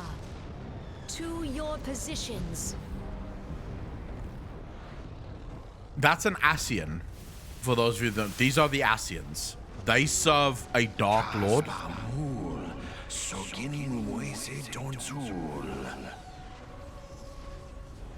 Logalo, Asawad Deken Bet Mubut.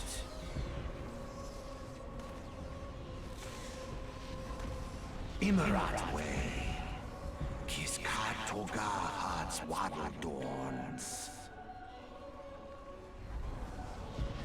Sees Nigem, Fizdun the only Lamrai Sadai Dorn.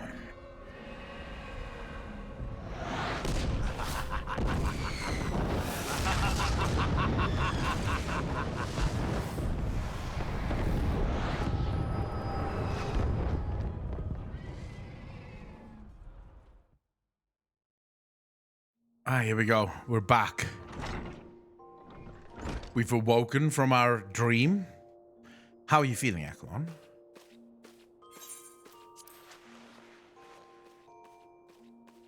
The fucking potato people, bro. They said you fainted in the middle of one of General's stories. I had to have you carried back to the Hourglass. I reckon you made quite an impression on our fellow guests, though probably not the sort you intended. You sure you're getting enough rest, Akelon? The life and adventure can be pretty taxing. Lady, I'm dreaming the most vivid fucking dreams. Any road, I'm glad to see you back to normal. No offense, but you're looking But looking after you was getting a bit tiresome. Jesus, bitch. Before I forget, the general left a message for you, said that when you're feeling up to it, you should come see him at the Hall of Flames. Probably wants to finish the story he was telling you when you fell asleep. Alright. We'll go see the general. This is where the story kicks off, by the way.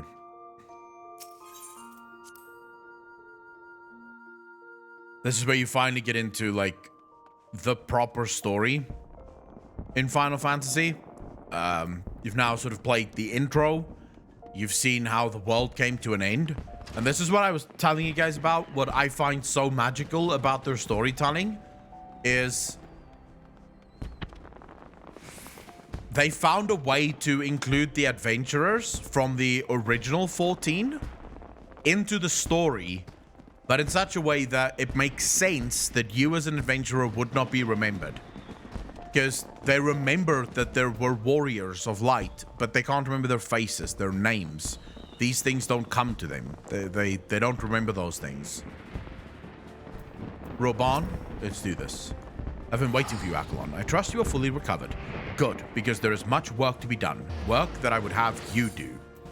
I just fell asleep, bro. Can you really trust me? Listen while Akalon, this will take some time to explain. Alright.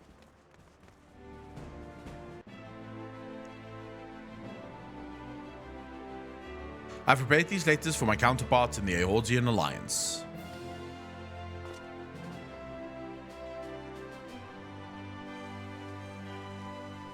"5 years ago, we looked on, powerless, as our brothers and sisters were taken from us at Cartano, first by the Guardians, and then by the thrice-damned Primal, called forth by their treachery. Not a day goes by that I do not think of my fallen comrades, and the Warriors of Light, of whom no trace remained.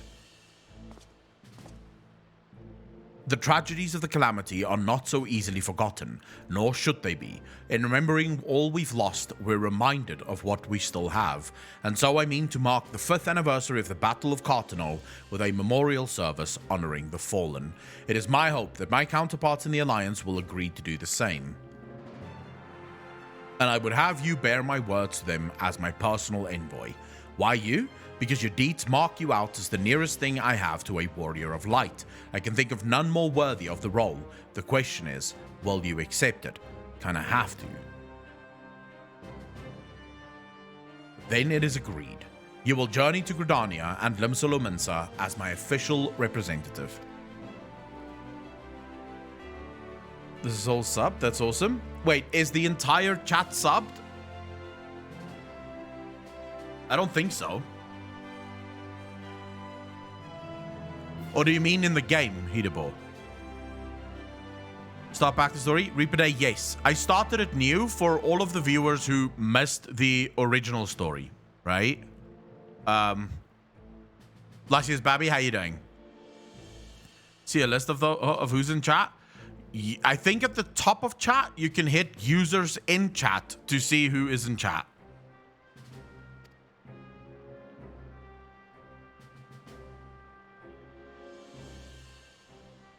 I hereby grant you permission to use the airship routes connecting the 3 city-states. This pass serves as proof of your privilege. Gone are the days when airship travel was available to all. The ever-present threat of Imperial attack has forced us to impose drastic restrictions out of concern for public safety. These passes are only granted when circumstance demands it, as is the case here. Loken Moon, thank you for the Prime sub, dude. Really appreciate that. Welcome to the Fat Fuckers Club. Thank you, thank you, thank you. Who's online? Not who's subbed, sadly. Yeah, sadly it doesn't show you who's subbed, but it does show you who's in chat. Though there were others who insisted you be granted one regardless. I, Akalon, I am not alone in seeing it. Host Trucker, how you doing, brother? Your potential is plain. But I have said enough. In the name of the Sultana, I bid you go forth. I genuinely believe more people would follow the World of Warcraft lore if it was delivered like this. If World of Warcraft, the stories in the quest were delivered in small bite sizes like this, rather like a fucking page of text, I think more people would pay attention to it. See for yourself the wonders of the realm for which the Warriors of Light risked all. Rise to your calling and fulfill your promise. And should your path be barred by man or beast, strike fast and true, for victory belongs to the bold. Now go, Akalon, and heed the crystal's guidance should you ever lose your way. Yeah, why not?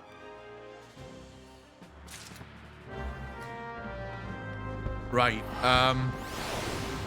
Before we do, though, we have to go and finish this quest, but we're not attuned to it, so let's go Blackbrush Station. Off the talking head that does exactly that. People don't give a fuck about lore and WoW. I think they would give a fuck if it was made more of a priority. All right, we have to go to Eastern Thalanan.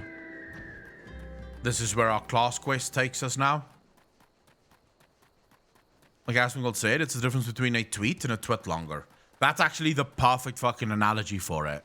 Because it truly is the difference between a tweet and a twit longer. It's easy to follow. It's easy to understand. And the thing I love most about Final Fantasy storytelling is... So you know exactly which quests are important, which storylines are important to follow and which isn't. By how they present the story to you. Leave me the fuck alone, bro. I'm going places.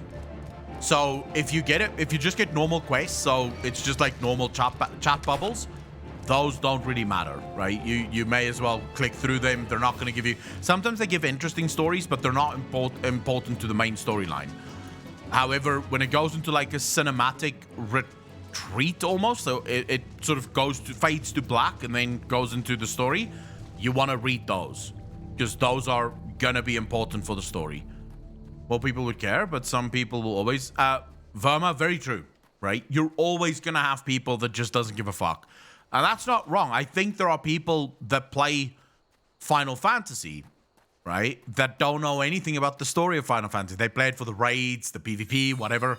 They don't really care about the story whatsoever, right? That's obviously... There is such a thing.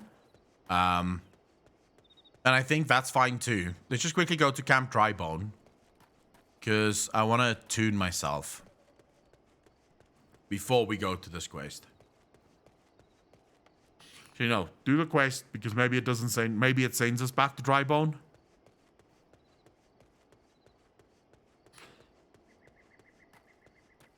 I would like to see that too. Alright, now please, for the love of fuck, give me time to run away. Alright, where's the Amalja warrior? There we go.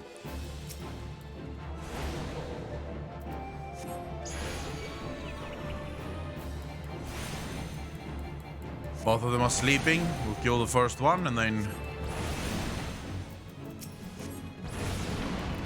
we'll kill the second one. I can't wait to do dungeons. Oh my fuck, I'm starting to hit like a truck, bro. I am starting to hit like a truck. I'm loving this.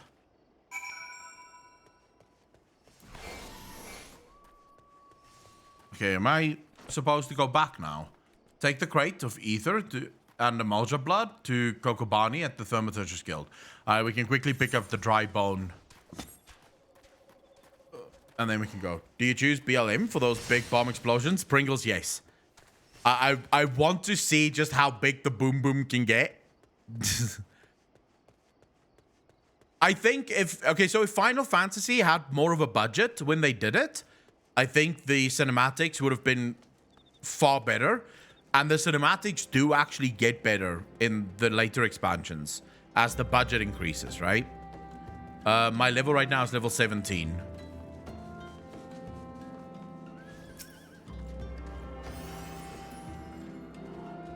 I just want to attune to this so we can fast travel here next. Boom boom gets really big and your AoE is Amaze Balls. The only AoE spell I have right now is Dark Shite.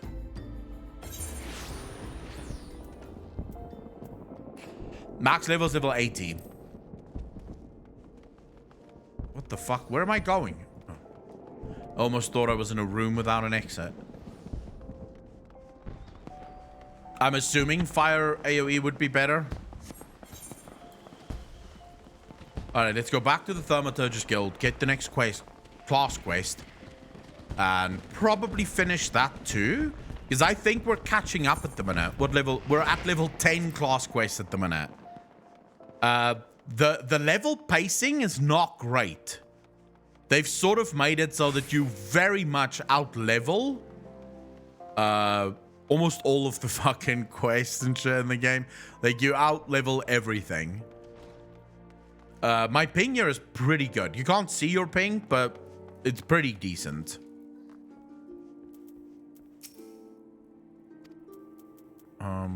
Fuck me. Okay, click on that. Okay, let's go. Do I detect the scent of ether? And I trust that stench is a Mage of blood? Yes. Hand over, hand over. Let's do this. Jesse, how you doing, bro? Oh, 10 vials? 20, 30? The sight of so much ether is just so very comforting. You go, Lullafell in the house. What have we here, Kokobani? Is this the crate that was stolen? I see Akalon's lessons have had the desired effect. I will assume the vile, vicious liquid you have there is beastman blood. Kokobusi should be pleased. Kokobuki, you left word for me to visit the ossuary. Have you finally decided to begin my training in thaumaturgy? Ah, Kokobusi, good of you to come. Akalon here was kind enough to obtain a supply of Amalja blood for you. An alchemist acquaintance of mine explained how you had been using the substance in your research to create a mana amplifying elixir. Naturally, we are most interested in the results of such experiments. So you see, Boosie, your work as an alchemist already puts you in a position to work alongside us. You needn't become a thaumaturge to be part of our family. This little guy just really wants to be part of the family. That's right, Boosie. Besides, the battlefield is a dangerous place, and our skills are not exactly suited to keeping others safe from harm. I see. This is but another attempt to dissuade me from pursuing my true calling. I do not want to cheer you on from the safety of my workbench. I want to fight at your side. Boosie, we just cannot stand the thought of you being harmed. Pray do not do anything foolish. Akalon, if you are done here, I would speak with you further. Need to apologize to all FF players. I was wrong. This game is great. Eatable. Why? Why did you change your mind?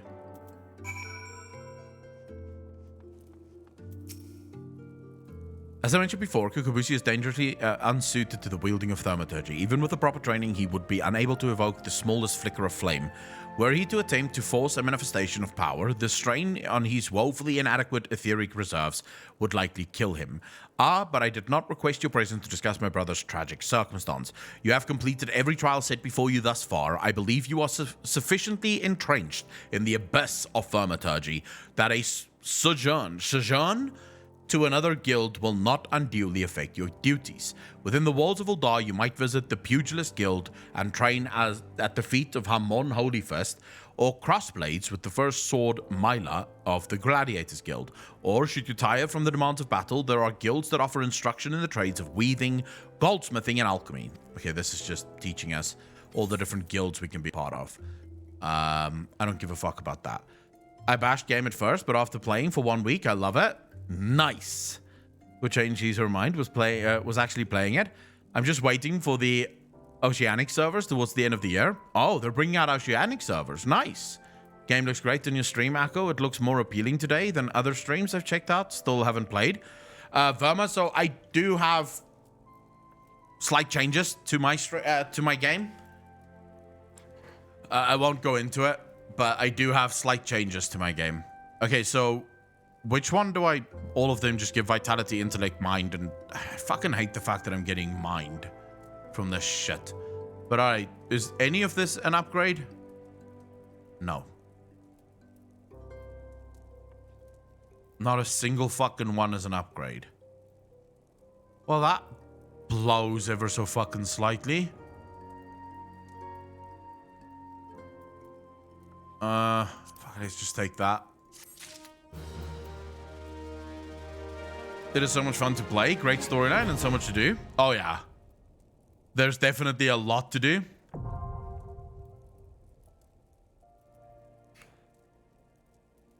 Alex, just start doing it. I promise you, the leveling gets so much fun.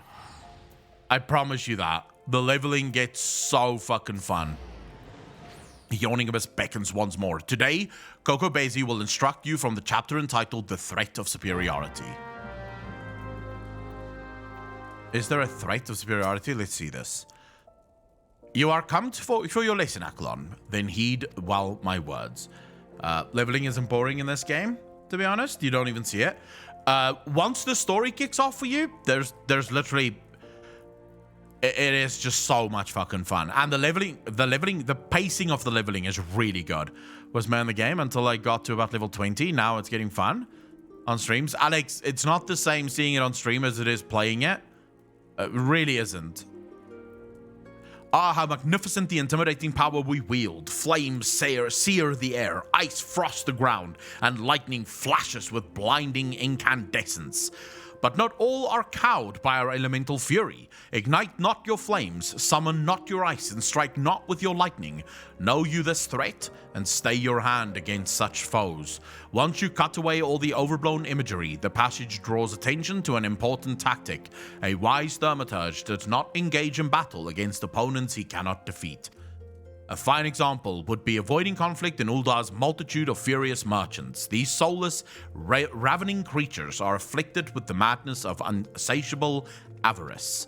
Do you perhaps recall the crate of ether you retrieved from the Amalja bandits? While a number of irate peddlers have arrived at the guild with the gall to demand recompense for the few measly veils we emptied as our just reward. Alright, yes, we drank the entire bloody box, but the point is that the guild cannot presently afford to pay such a sum. Thus, I pass on to you the secret of my last and most potent defense. Shameless weeping. I'm not speaking of a few tears here. I want you to stride right up to those tyrannical traders and cry your eyes out. Okay. Okay, that's a thaumaturge. That's a final defense for a thaumaturge. All right, so we use emote cry.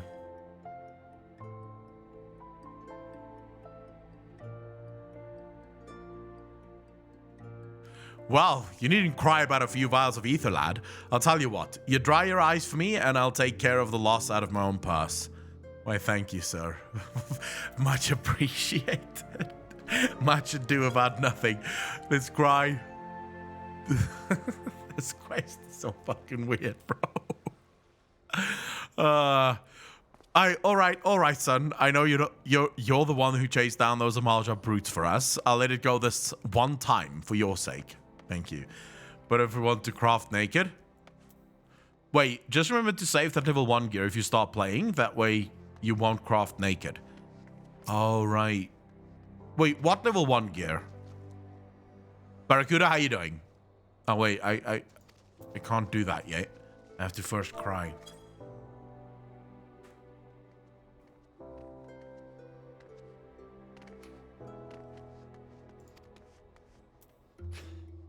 All right, we've cried our eyes out. We finished the quest.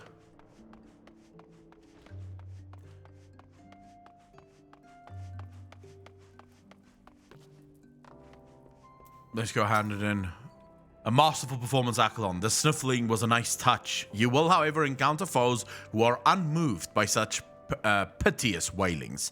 Take this recent request, for instance, which I have nominated to serve as your next trial. A team of scholars has asked for a thaumaturge to destroy a cursed relic they unearthed known as Mormo's Urn. While pottery is, by and large, immune to tears, it is the Alacran thieves that subsequently stole it that concern me. The Alacran are an organization of criminals not normally known for their gentle or understanding disposition. Rather than attempting to engage in an entire gang of thugs, I would suggest you neutralize the threat to your person with a well-timed sleep spell. The Alacran have been seen traveling in the southeast of Drybone. Find them and destroy the urn they carry. Right. It's the ultimate gamble. Nothing like cooking naked. Wait, is naked cooking in the game bad? Although I don't think I've removed any of my gear yet, though. Like, I think I still I've not removed any of my gear, so I should still have all of my level 1 stuff. Oh, I can finally have gear sets as well. Fuck it. Let's quickly do that. Gear sets. Create a new set of gear. There we go. So for those of you that don't know how this works exactly, this is how your class functions. So if you want to change your class, let's say I want to start a new summoner. I save my summoner gear, And then when I click to equip my summoner gear, I change my class to summoner.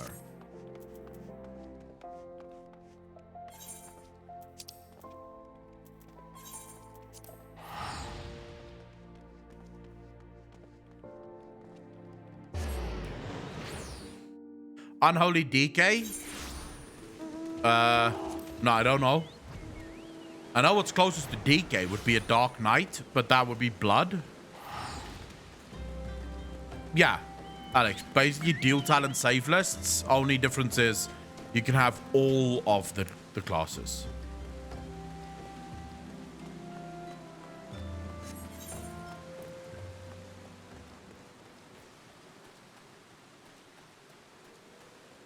But yeah, there's like, yeah, whatever class you've leveled, you can go with. I don't know what the difference, so what would be, and how many classes? Jesus. How many classes are there in the game right now?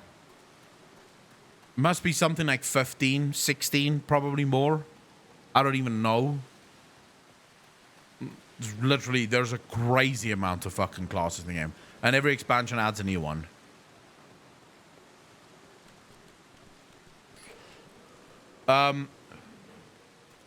Dark Knight is effectively a Death Knight because they are dead, but they're tanks, right? Pull up char plane. Which one? Jobs classes. Okay, here we go. So this is what you have. You can have Gladiator, Marauder, Dark Knight, Gunbreaker. Melee, you can have a Pugilist, a Lancer, a Rogue, or a Samurai. Healer, Conjurer, Scholar, Astrologian. Physical range DPS, Archer, Machinist, Dancer. Magical range DPS is Thaumaturge, Arcanist, Red Mage, Blue Mage. And then these are all the Disciple stuff. So this is also jobs, by the way. This is also jobs, just FYI. This is classes. So professions in this game isn't just a sort of, yes, you can train all professions. It's a class. It has its own quest lines, its own gear, its own everything. And you need to level all of those as well. Well, you don't have to, but you can. You can level all of the professions. You can level every single one of these jobs as well.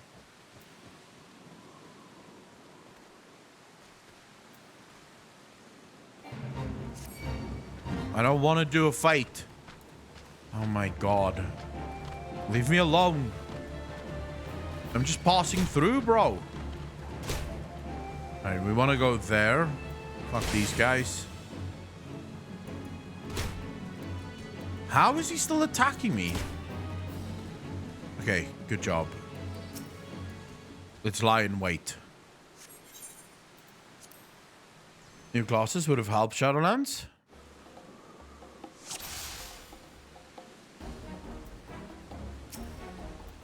Diligence of Alakran. Am I supposed to attack them? Yeah, I need to get the urn.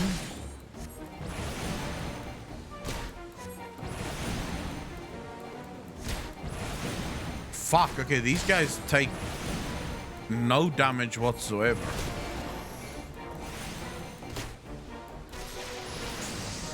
Or at least it feels like they don't take much fucking damage.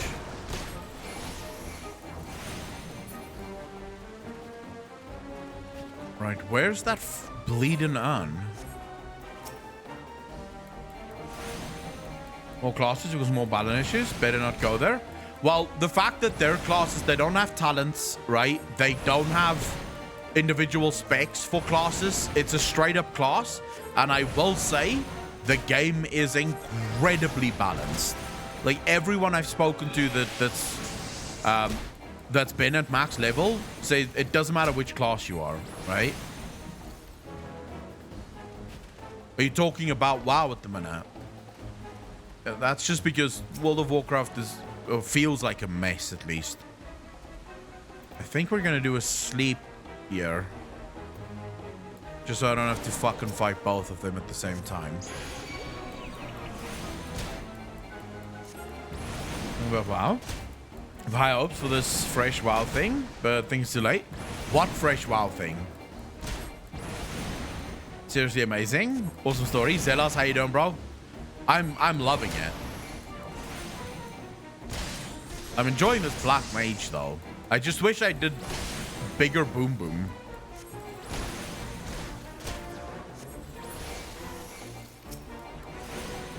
Oof. Okay, now we're starting to take some real fucking damage.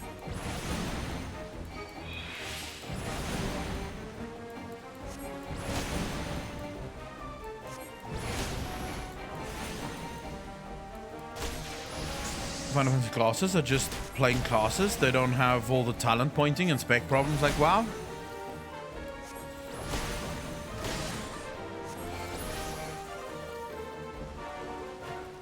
I would definitely say that classes are done very well in this game. They also don't seem to care too much about like unnecessary balance stuff. Karamzi, how you doing? Stoked to see you playing Final Fantasy. It's seriously amazing. Awesome story and gameplay. Tons to do. Starts a bit slow. Give it time. You won't regret it. Oh, Zelos, I'm in love with this game.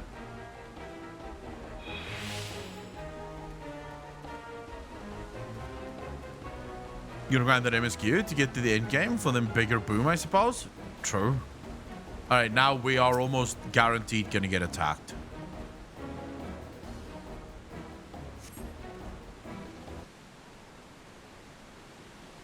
Akalon, a moment if you please. Pray allow me to shatter that urn.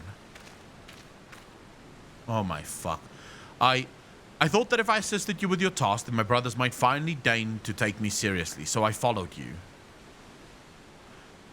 What have we got here then? A couple of nosy sand rabbits that are about to get skinned. Wow, that's a lot of anger. Oh dear gods, where did they come from? Fucking Lalafal. Holy shit.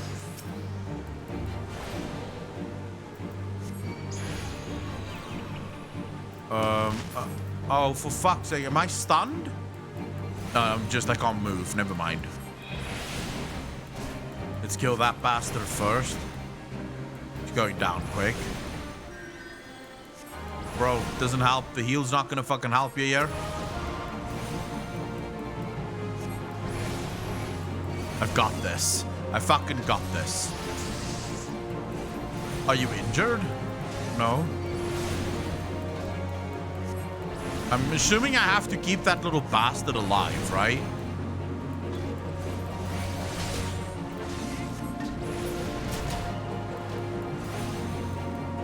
Oof. Did my stuff start using more mana? Because it feels like I used to be able to get 4 off, like 4 firebolts off, and now it seems to be draining a lot quicker. How much do I use now? Still 1,600. Then why is it not working out right?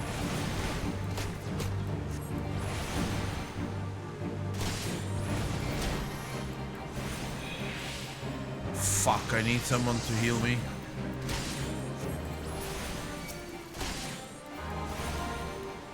For the love of God.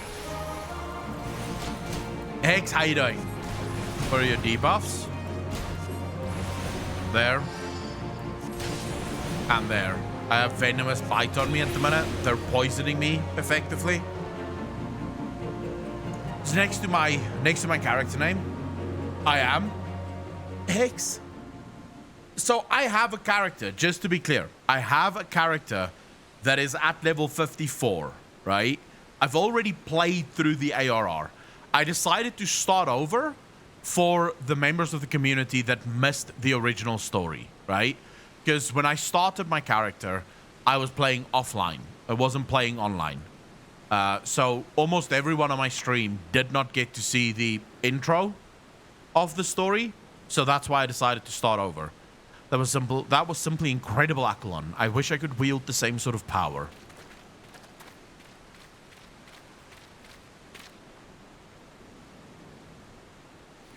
Sorry, it's such a good game. I became an alchemist in the hopes of creating some manner of mana-amplifying elixir, but all my efforts have been for naught. The results have been far too mild to make any difference.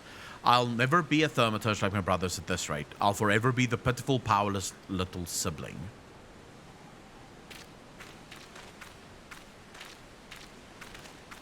Well, not necessarily, kid.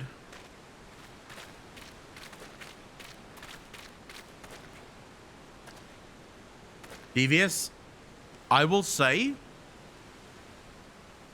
from delivery to just think about everything that this game has to do, right? Like everything that you get to do in this game, it is absolutely next level. I've been watching a lot of Asmongold streams lately, and he's been sort of getting into seriously getting into chocobo racing, which is an entire mini game on its own. Like, based on everything that I'm seeing from chocobo racing, it seems like you can get lost in that for months if you're not careful, right? Then you take the Palace of the Dead, for example, right? Palace of the Dead is another system within Final Fantasy that you can get lost in very, very fucking quickly, right? And these are systems that were implemented in earlier expansions, but it's still relevant today. I was watching Summit 1G stream where for 4 days straight, he was fishing. He was fucking fishing for 4 days straight. You see, this game treats everything that they add with a hell of a lot of respect. The developers get given free reign to truly make it good. Bomo's on. If I destroy it, then maybe my family will see what I'm capable of. Wait. Don't you dare break my arm. Oh, what the... Did that piece of pottery just talk? Are you Mormo, the Void Saint?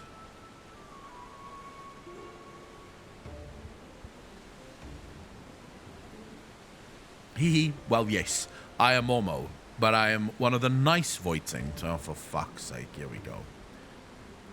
It was the nasty ones that sealed me up in here for helping a mortal. If you would be so kind as to open the lid of my urn, I would be happy to grant you a wish. Anything you desire. Fortune, fame. Oh, here we go. Here we fucking go.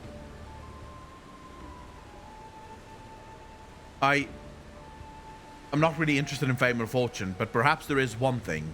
I'd like to have etheric power to equal that of my brothers. Power, is it? A perfectly acceptable wish. In fact, I sense the talent ability buried deep within your spirit. It will be a simple thing for me to turn it loose. What more is there to think about? Open the lid. And my guy is just standing there like a fucking tree. Going, sure, let's open it.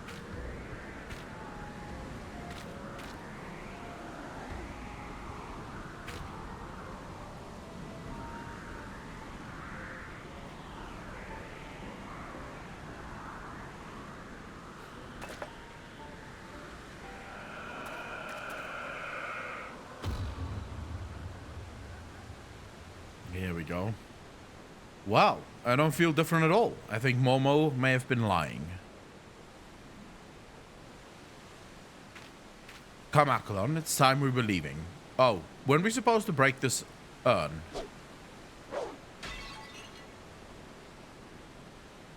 And that is that. Yes, this will be such fun. I mean, it will be nice to return home after all this excitement.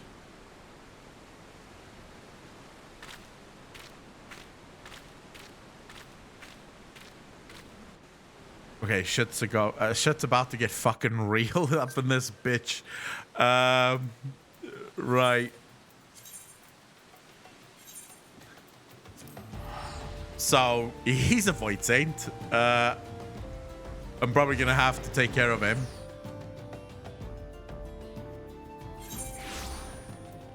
And this is another thing that I love about this game.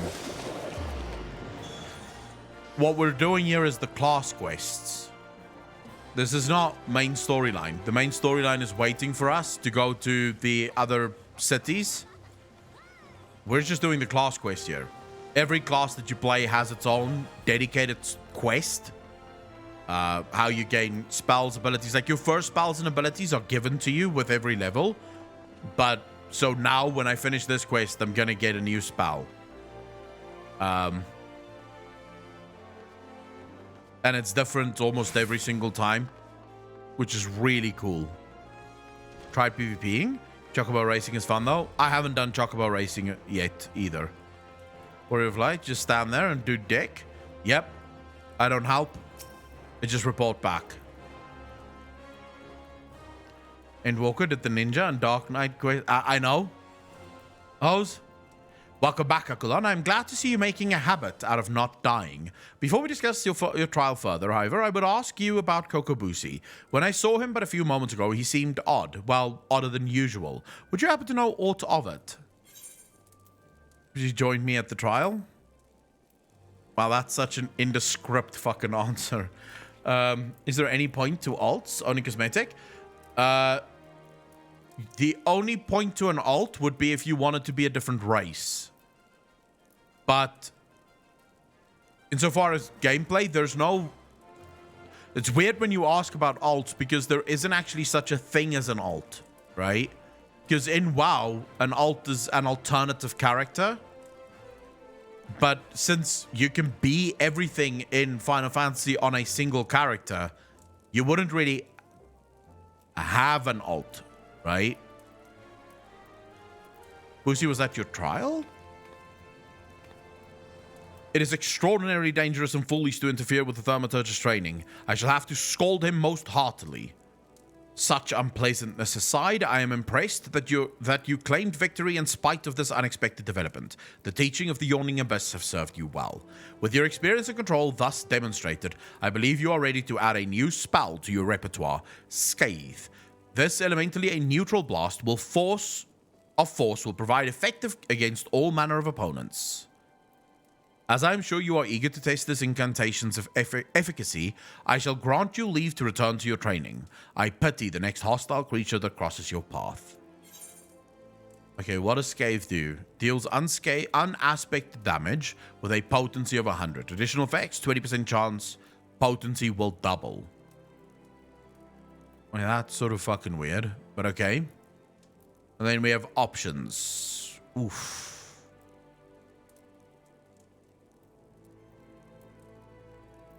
All of the rest is, but this one is good. Let's do that.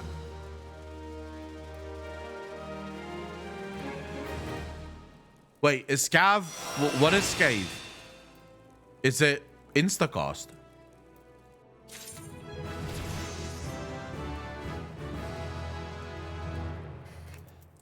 Oh my fuck, but I also have new ones here. Hold up, I have a bunch of new. Swift cast. Next spell is cast immediately. So this turns any of my spells into an insta-cast. Nice. Scathe there. I'm starting to gather quite a bit of abilities. When's the next quest here? Quickly see. Probably level 20, right? Level 20. Alright, so we can continue with the normal quest line now. Let's go to Momodi. You won't use it much? I won't use Scathe much. Alright. I'm still hoping to get some off the global, OGCD abilities soon. Till level 50. Yeah, but I'll soon get my quest, hopefully. I will hopefully soon get my quest to turn into a Black Mage. At level 30.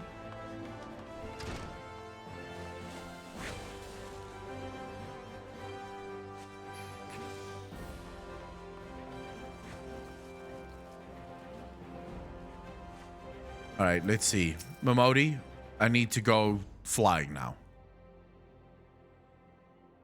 Ah, back from your meeting with Roban, are you? What did the big man have to say? Is that a fact? Right. Personal envoy of the Flame General himself. So you'll be bearing the great man's words to the leaders of the Alliance, will you? And by airship. Bugger me. That's an honor and a half, that is. But I can't think of anyone who deserves it more. Well, take care, everyone. Hit a ball. Take care of yourself, bro. Well, around 30-50, you get a lot more and start getting instant cost procs and such. It really picks up. And you won't have to use that ability to switch between fire and ice. Wait, I won't have to?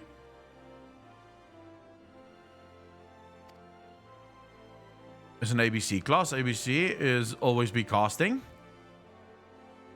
Nice. I played this last year for a month and came back 2 months ago.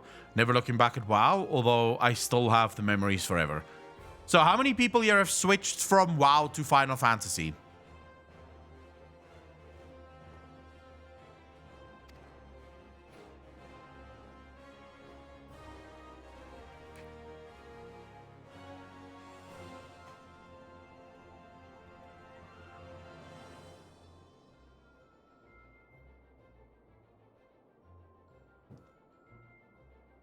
So for those of you that do play both, right? Or even the ones who've swapped, which one would you say you enjoy more objectively? Digit back.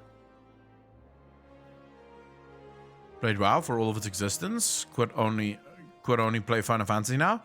But I did Shadow Springs last year, then left Final Fantasy, go play WoW. Me, FF without a doubt. FF by far. FF is more enjoyable. Too early to tell in FF. Later on, use Fire 3 and Blizzard 3 to swap from fire to ice and vice versa. I don't have to do all the chores. Overall, wow, but Final Fantasy is fun because it's new. Final Fantasy is just too much fun. So, the core, have you done any of the raids yet in Final Fantasy? Buggers shuffle off to meet the Thul. Have I never known the blues of Luminsa's shimmering seas or the myriad greens of leafy Gridania? We're about to go to like really cool cities. Felt like a second job. I don't know anyone who plays, and jumping into a new game without knowing someone in game to hang with or learn from isn't fun. Bethendrol, you're always welcome to join the server that I'm on.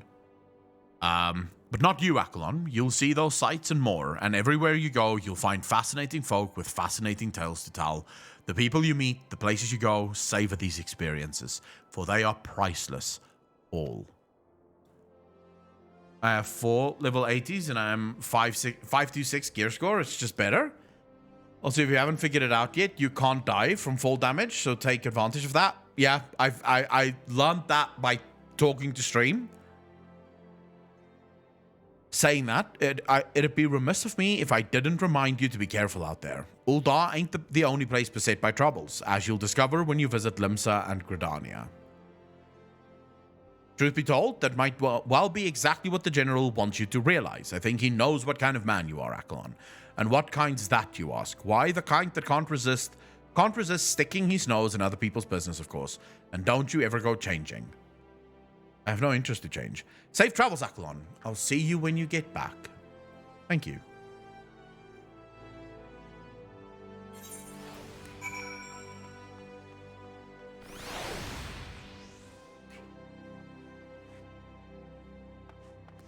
Okay, let's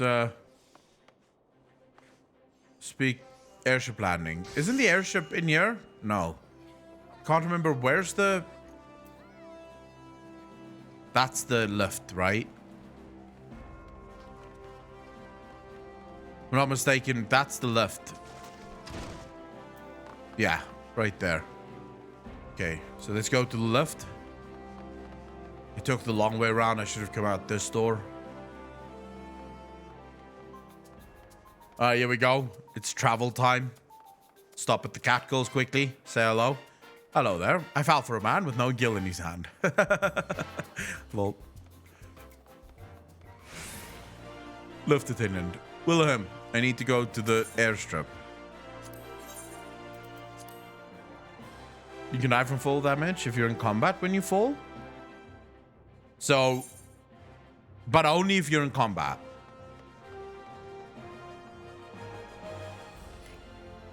Yo, Eleonora. Greetings, sir. This is Riven's encounter. If I'm not mistaken, yes. I'd like to leave, please. Take me to the green fucking places of Limsa. Board the airship. Did I say where I wanted to go, or is it just sort of taking me wherever the fuck I want to go now?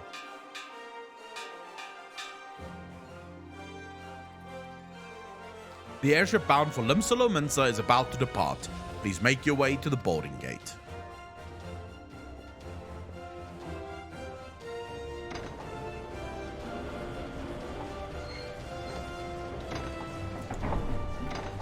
Here we go. I love Limsa. It's such a fucking beautiful city.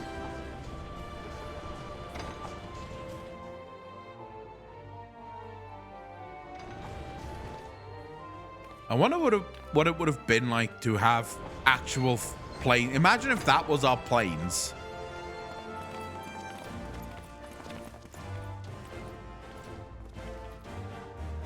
Imagine if that was what planes look like.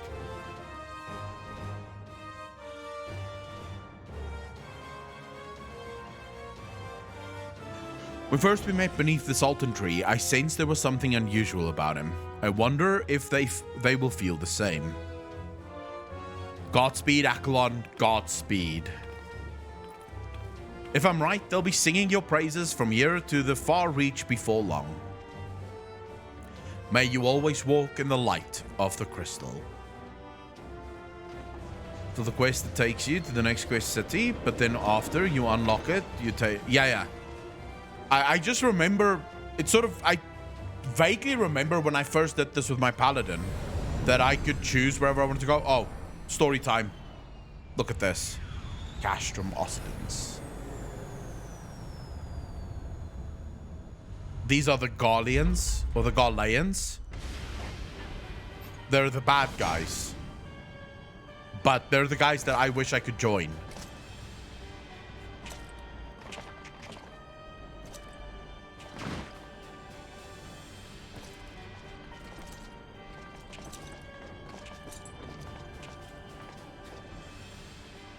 It has been 15 years, but the bitter taste of defeat lingers still.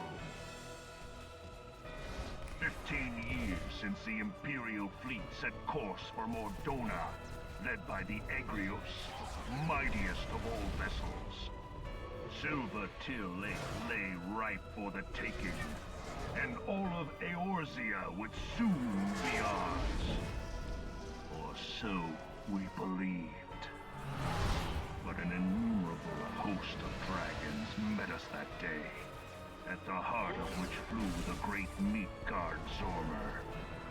Though we succeeded in slaying that lord among worms, the dread serpent's defeat was bought at too high a price. Our invincible flagship was lost, and all hope of victory with her. So ended our glorious conquest. Midgard Somer, he is fucking huge, bro. Eorzea, a blighted realm, riddled with false gods. Twice now it has eluded the Empire's grasp. For all the destruction it wrought, even Meteor, the great sin, failed to yield us control over it.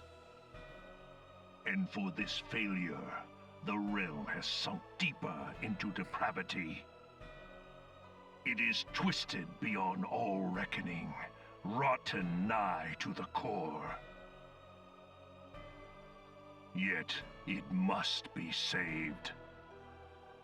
Only Garlean rule can bring order to Eorzea. It falls to us to deliver the misguided masses from their ignorance. We are of one mind, Lord Van Balthar.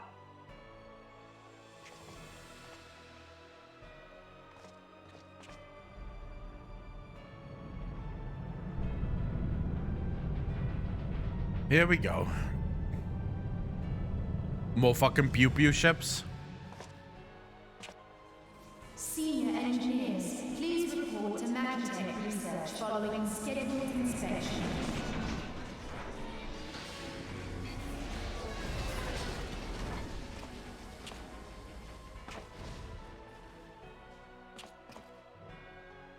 Hey, is the Legatus really planning to take another tilt at Eorzea? Hey? What hole have you been hiding in? We're in the midst of preparing for a new campaign, and a huge one at that. Fucking go time. But I thought the Emperor had given up the Western lands for lost after Cartano. What could the Legatus possibly hope to gain by acting alone? I sense you harbor certain doubts over the wisdom of the Legatus's plan. Oof. Oof.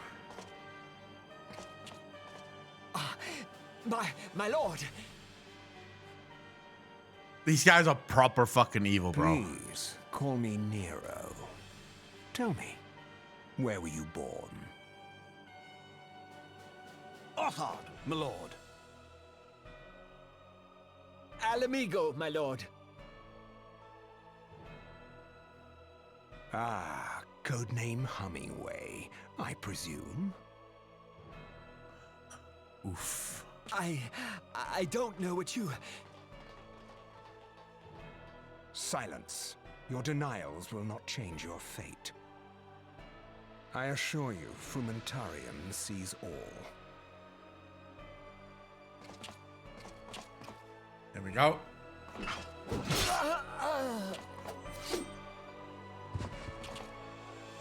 He's a gunbreaker, right? Clean up this mess, and do not miss any. Gunbreakers, their swords have those guns in it. If I'm not mistaken. At once, my lord.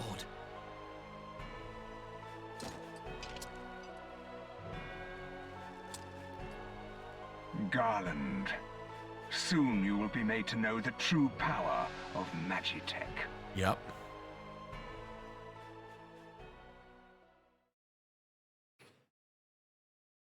He does look a little bit like a Targaryen. Yes. He's not a gunbreaker, but gunbreakers have those swords with the guns on it.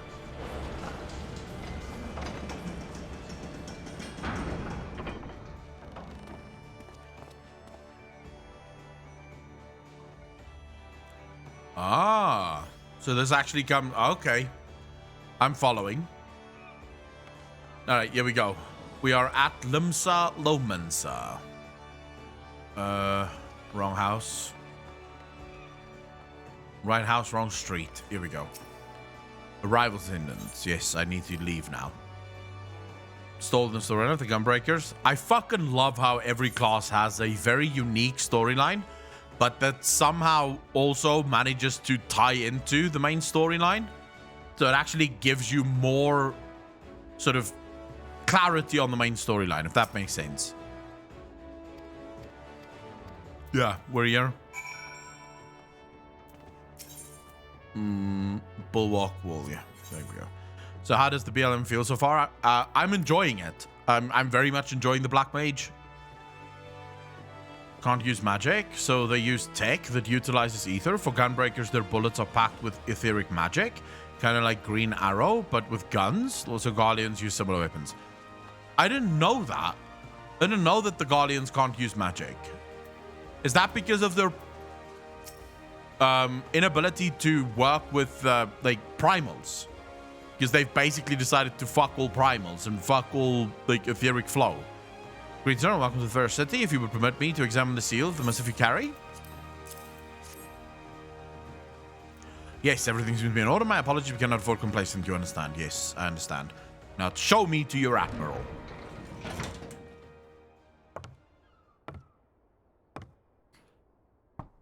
Enter.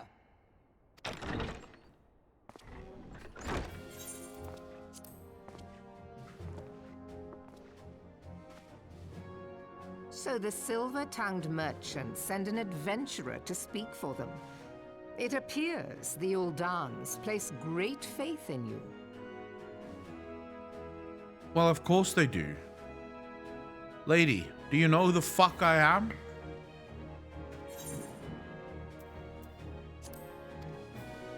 This way.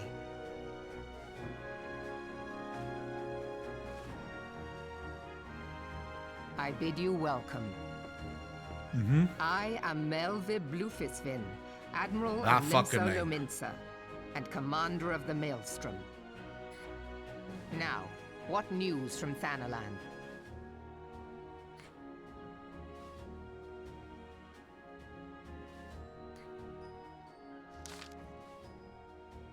Melweb. Memorial service to honor the fallen.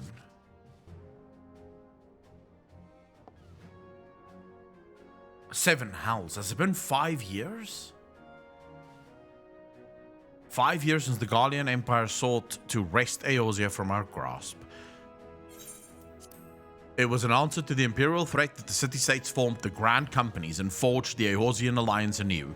But Garlemald was not content to wager all on a simple contest of martial might. They had other plans, the Meteor Project. Legatus Nael von Darnus, Hell's Take Him, intended to cleanse our realm by snatching the lesser moon, Dalamud, from the heavens and casting it down upon our heads. Desperate to prevent this lunatic scheme, we marched our forces to the Cartano Flats, and there met with the 7th Imperial Legion in battle. Never have I seen a fight like the Battle of Cartano, and I have seen full many. But though we gave no quarter, spared not 1 ounce of effort. We could not prevent what followed. From inside the shell of Dalamud came a winged nightmare, a dragon the size of a bloody city. 'Twas the Elder Primal Bahamut, bent on making an 8th hell of Eorzea. He is pretty fucking scary.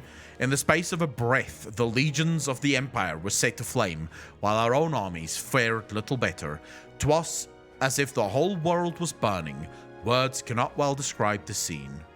And yet, by some miracle, a few among us were spared. Even as I steeled myself for death, a blinding white light enveloped me, robbing me of my senses. When I regained them, the dragon was gone, and the still smoldering land was warped beyond all knowing. Were Archon Louisoix still with us, he would doubtless shed some light on these unfathomable happenings. Alas, he is not, and I fear we will want for his wisdom in the days to come. For while our nations struggle to recover from the devastation, the beastmen call forth their damned primals to torment us anew. Unless we put aside our differences and rebuild now, our foes will catch us unprepared. And I speak not only of the beastmen. Do not imagine that the Empire has forsaken its claim on Eorzea. The Imperials crowd our borders, waiting to strike. Eventually get a voice line? Voice line for what? You know what I call my character? Not as a name, but as a title. Warrior of Light, the idle protagonist. Yeah, because he doesn't do shit. He just stands there and sort of just nods. Damn it all, we need champions to replace what we lost. But such thoughts are worse than worthless. Time is short and none will save us, save ourselves. It is the duty of every soul who survived the calamity to work together for the good of Eorzea, and this memorial service may be the very thing to unite us. Raban has the right of it. I accept his proposal.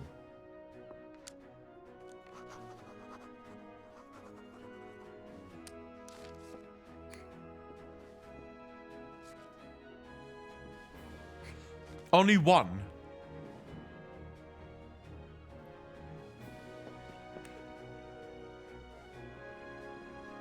I don't mind the fact that my character is silent, to be fair. Your duty is done, your adventurer. I will see to it that the Flame General receives my reply. You travel next to Gridania, yes? Pray give my regard to the elder seats here. Oh, and tell her the wolf has been sniffing around the tables, a private jest, and one in poor taste. But I would have you tell it all the same. Fare you well, Accolon. May the navigator guide you on your journey. Cool. So a lot of games do that, right? It's not the... Final Fantasy isn't the only game where your character doesn't really have voice lines. And in some ways, I actually do believe that it's better.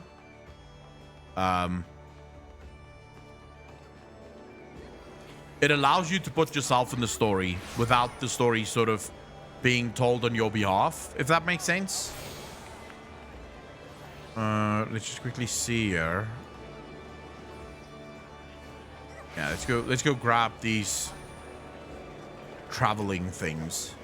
The Aetherite network. CCS, how you doing, brother? Look at all these people. Just pay attention to this. This is what makes an MMO. Look at all the people that's running around.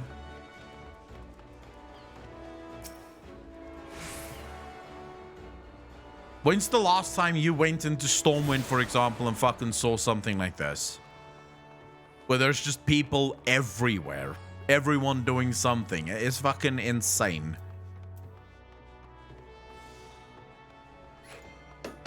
We can be an Arcanist if we want.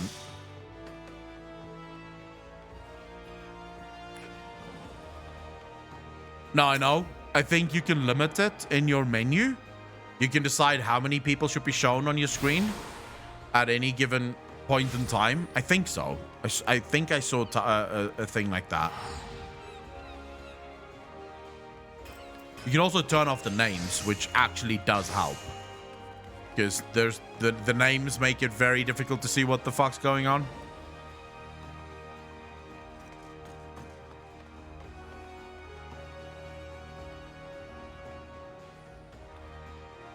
All right, I wanna just collect all of these aetheryte shards. That way we open up the entire city and we can basically do whatever we want and go wherever we want quickly. Not at all. Not at all. Cesius. One thing I will say, and I don't know if it's because of their because of the fact that almost everything in the game is instance, right? So zones are instanced. You go from one zone to the next. I don't know if that is why you don't experience lag, but you can kill world bosses with like hundreds of people around you and no lag whatsoever. Like no server lag, no, I've not experienced server lag once since I've started playing. Like not once have I found myself in a part in the game where I'm like, fuck me, I can't move. I can't click a button. Everything's just a mess. Maybe it is like that at end game. Maybe that happens, but I've not had that happen yet.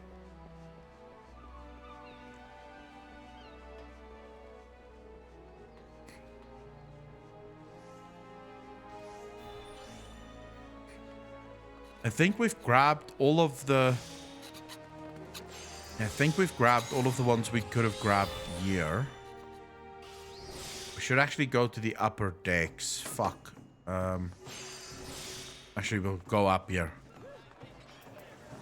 24. The EU servers got DDoS recently. Look at all these fucking people. Just look at it. Look there.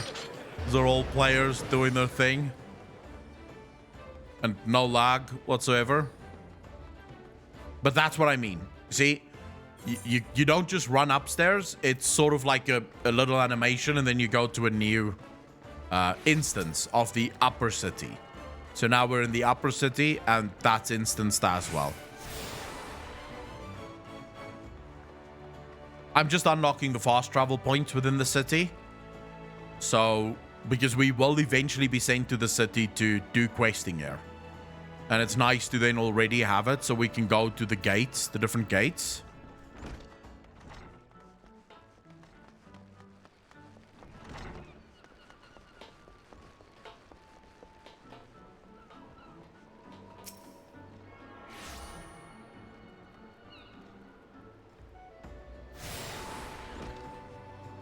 Alright, here we go. Now we have quite the fucking run. I think that's the last one, the after castle. Then what gets me, it sounds busy, like in the background. The more crowded, the more chattier. I actually caught that as well.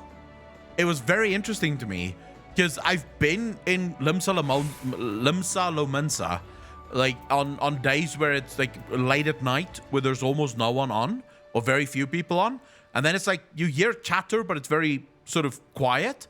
And then when I just ran through that, it was like a lot of fucking chatter. And I thought, I don't remember there being that much chatter the last time I was in Limsa Lominsa. So you're probably right. They up the sound. So the more people that is in a specific place, the more sort of background chatter you'll hear from that place. Maybe. I'm not saying it is the case. I've not paid enough attention to know if that's true. Let's hope this is the last one I have to activate. We'll see soon.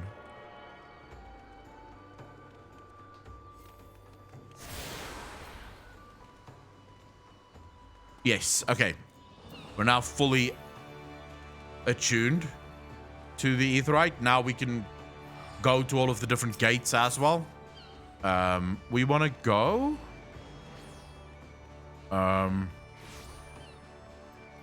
Airship landing.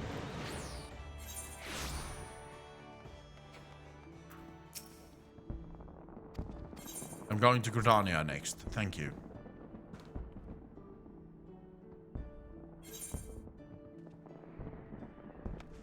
There's so much attention to detail, and you sort of get the idea that the developers really wanted to make sure that for those people that want to RP and be in the game, that is possible, right?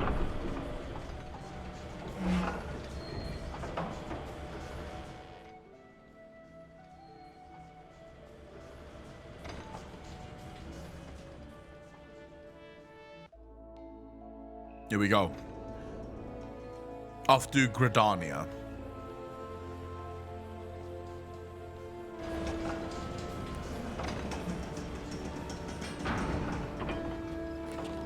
I've seen it, but I've not used it yet. I do know their screenshot thing is really fucking cool. So I think it's called, let me just quickly see here. Let's move out here. No, we can't move out there. I'll show you guys in a second. Hold up. Let's just quickly, I want to show you guys how you take screenshots, like their, I suppose, version of the selfie cam.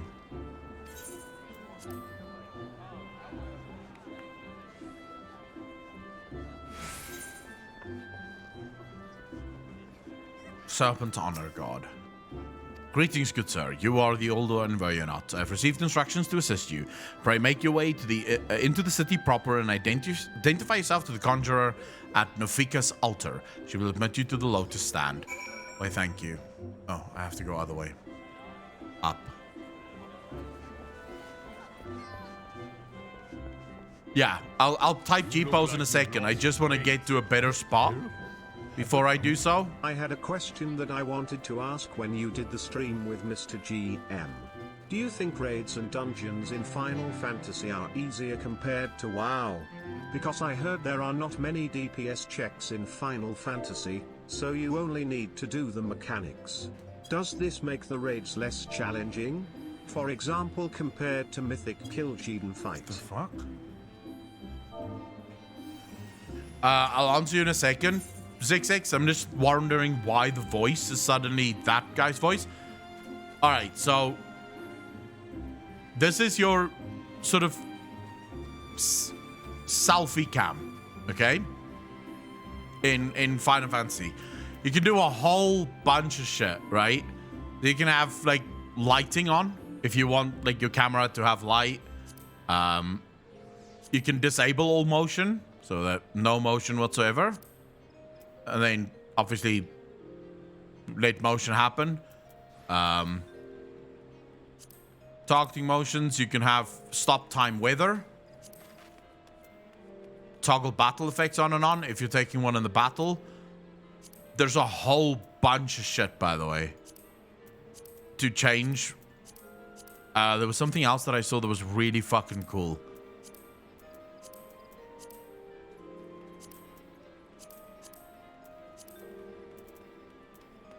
So see this, right? This is you basically fucking around with all of the color to change how you want your selfie to be taken, right? That's like, yeah, there's so much shit that you can fucking change.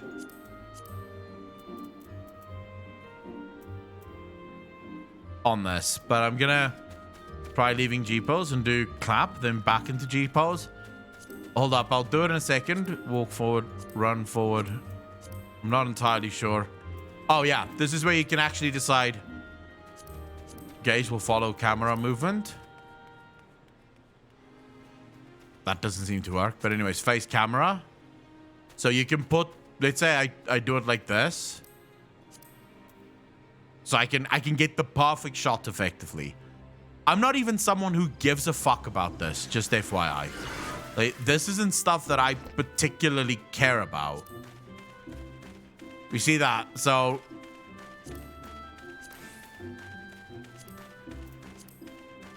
That's me sprinting.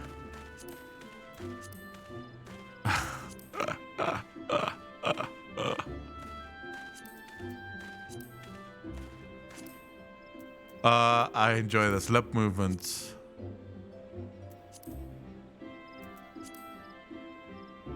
Oh, that's if you want to talk. Emotes. Open emote list. Oh shit, I don't have many emotes. You wanted to do clap, right? Here we go. Clap. There we go. Which Final Fantasy races are your favorites? Humans and the dragon people. So if this is pretty cool. You can add emotes if you want.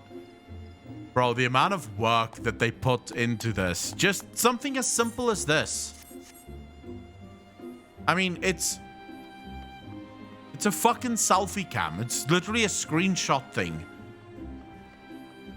Why would they need to put this much effort into it? They don't have to, but the developers do it anyways.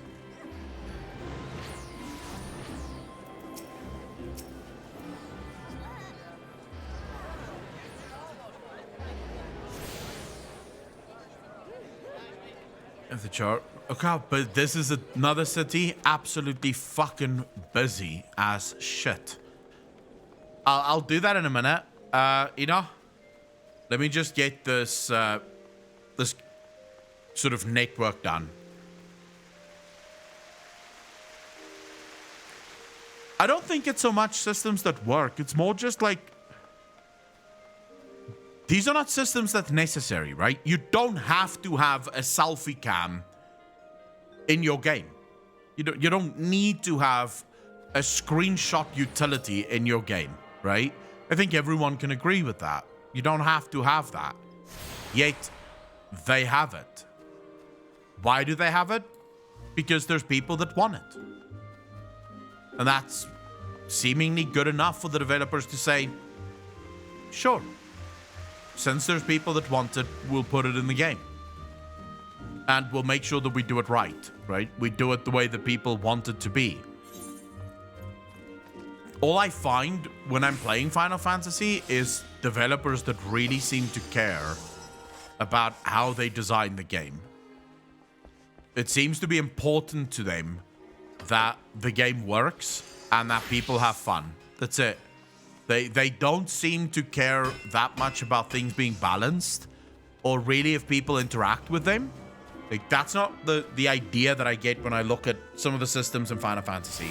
I don't get the idea that the developers designed this purely with the idea of how much engagement will this land us. It's more like, who gives a fuck about the engagement? If there's even a small amount of players that like it, then that's good enough for us.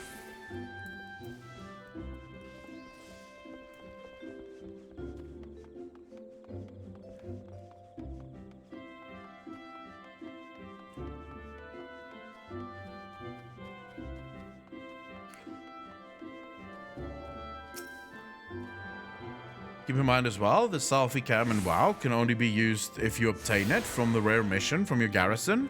Final Fantasy gives you it right off. Vayne, that actually builds into an argument that I had, or a point that I made like a few years ago actually at this point. A lot of the time, systems are added into Final Fantasy or into World of Warcraft where the system itself feels like it doesn't actually want you to play the game. The system sort of fights the game. It fights the natural flow of the game. And you're just sort of left going, well, I don't actually want to do this. This is just, it feels hard. It feels unnecessarily hard. Why is this even a thing for me?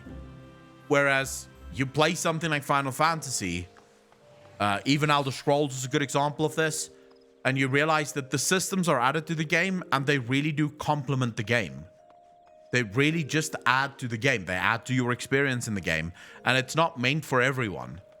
They fully embrace the fact that not everyone is going to have fun doing certain things, and that's okay.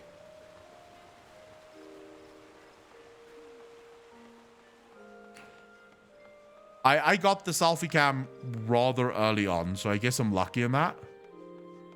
How many achievement points do I have in Final Fantasy or in World of Warcraft? Because I don't know how many in World of Warcraft. I've never checked. To be fair, I've also not really... I don't even know where I would check how many achievement points I have in Final Fantasy. I don't collect mounts or achievements. Where would I get achievements?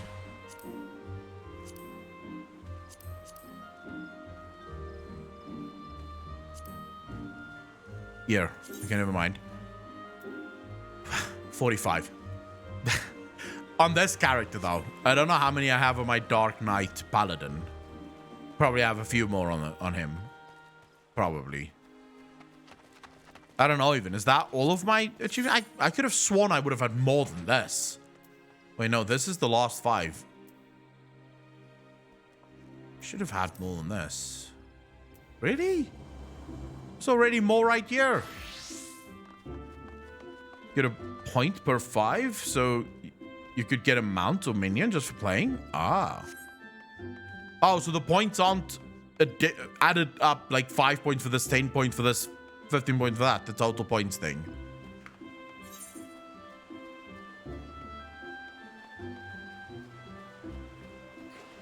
Nope.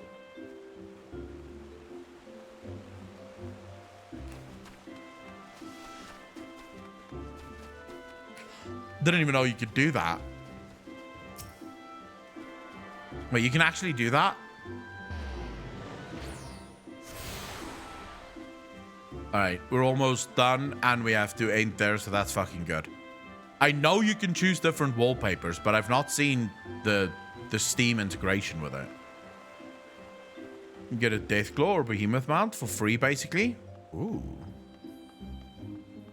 Giving you a reason to farm some achievements. But I think WoW has something similar to that, doesn't it? Like, don't you get, like... You do get things when you get certain achievements done. In WoW. I'm gonna switch to you server. This is on. I'll join that one. Okay, so I'm on Spriggan. This character is on Spriggan.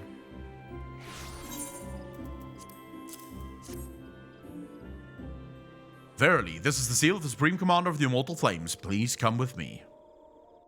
It's fucking stupid. I've spent the last 20 minutes or so to get my one-time password to complete my account before I can play. So yeah, not my game. Can't be asked to spend 20 minutes just to get a two-step authenticator and it won't even connect.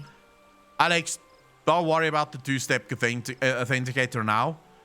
I will grant you the landing page for Final Fantasy is fucking horrible. Just getting people into the game, it was designed by someone with OCD or something. No, OCD, ADD.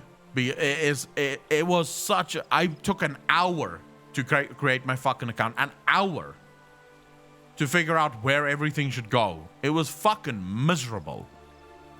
But stick with it. It does get better, I promise you. Their website is shit. But the good thing is, once you've done it, you never have to do it again. You don't have to worry about it again. It's fucking done. On behalf of our fair nation, I bid you welcome. Ooh, Kane Senna, fucking bay. Please.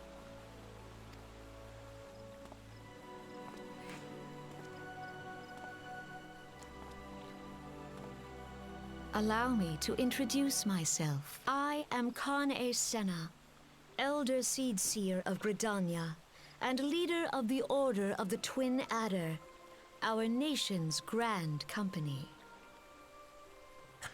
No, this is not mocking anything, but the truth is, Final Fantasy will explode if they fix their website. Everyone knows this. Ease of access can destroy or create success for every game, right?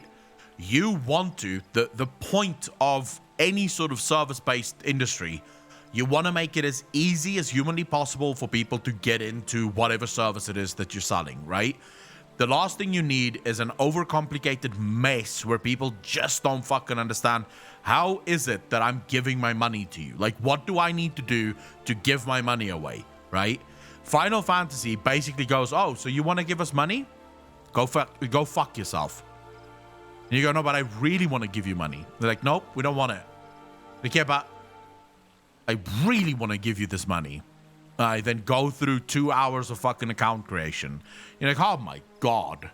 All right, I'm going to try and give you my money, but this is going to be a fucking nightmare before it gets any better. It does get better, though. You're not alone, Alex. You are not alone. Everyone struggled with Final Fantasy the first fucking time. Everyone.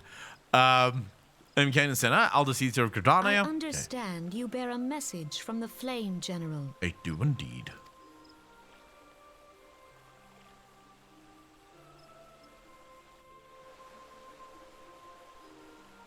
I remember a service for the fallen of Cartano. Pray tell me, adventurer, what do you know of our conflict with the Empire? It would seem my counterparts recounted the tale in some detail, that is well. A message from the Admiral. A wolf has been sniffing around her stables, you say? I see. Well, I shall be pleased to provide her with such counsel as I am able. But first, friend of my friend, I would tell you more of the Galean threat. The Steam uses my local currency to weed out the stupid people? Maybe, but they still shouldn't do that, Pleblord. If all Final Fantasy wants to do is get people to play the game, they should just make it easy. No, Cesius, I linked mine with Steam. I did mine through Steam, and it was easy. Well, easy. You link it, it does the thing that it needs to do. It can just be a little bit iffy and annoying to know where to do it. But I would 100% suggest everyone does it because it is great. This game is fucking amazing. For the greatest part of its history, Garlemald was not even amongst the most influential nations of Ilsabard, the northern continent. However, its innovations in the field of magitech some 50 years past helped raise it from the depths of obscurity. Emboldened by this technology, it set about subjugating its neighbors, swiftly absorbing each into its ever-expanding territory, and when all of Ilsabard lay within its grasp, it turned its ravenous gaze upon Eorzea. Yet Garlemald's transformation did not come about by virtue of magitech alone. Its success owed much to the consummate leadership of its first and reigning emperor, Solus Zos Galvus, the man who built an empire in his own lifetime. Yet he has lived long, and after more than 80 winters, it is said that he grows frail and even more prone to illness. If rumors are to be believed, the matter of secession has destabilized the imperial court. This would explain the Empire's relative inactivity in recent years, which has granted us much needed time to rebuild. Yet, we cannot allow ourselves to become complacent. If Garlemald still maintains a presence in Eorzea in the form of the 8th Imperial Legion, commanding this great host is Legatus Gaius van Balzar, a man whose ambitions are well known to us. So long as he breathes Eorzean air, none of us may sleep easy. Money is money. It doesn't matter if it's a smart person or dummy spending it. Putting in product codes is something else altogether. It took me a hot minute to figure that part out. Oh my god, yes. Alex, just stick with it. Believe me, just stick with it. If you're done, right, once you finished it, you'll join the scores of people that complain about it, right? But still having made it through. To add to our woes, the beast tribes continue to summon their primals, whose very existence is a bane upon the land. Each nation is beset with its own primal problem. None has the resources to look beyond its own borders. The Admiral desires my counsel regarding a brazen wolf. She means to tell me that the Empire may soon resume its advance. Though the primals pose an undeniable threat to our survival, the threat posed by the Garleans is still greater. Clearly, each nation can no longer afford to think only of that which occurs within its own borders.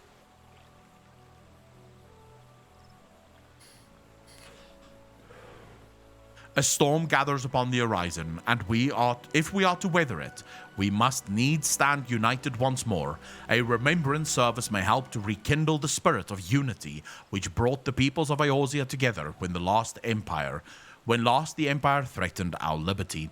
The Flame General was wise to make his proposal, and I wholeheartedly approve of it. The necessary revisions shall be made for a service here in Gridania.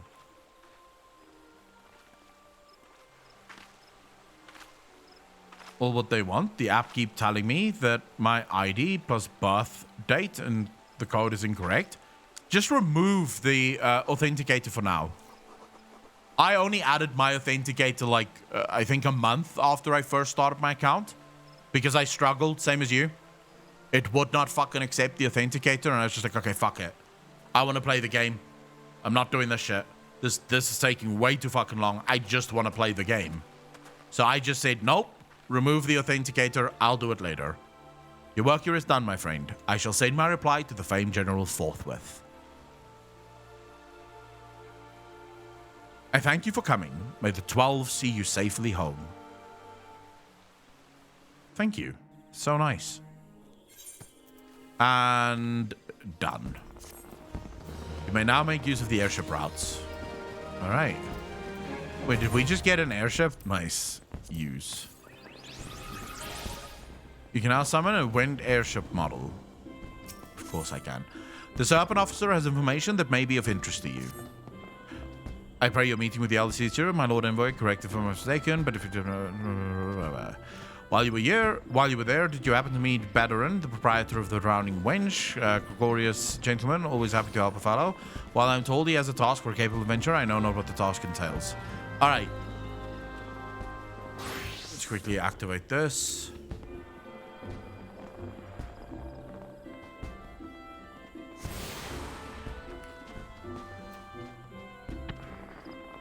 Did you also link it with Steam, Mythanroll?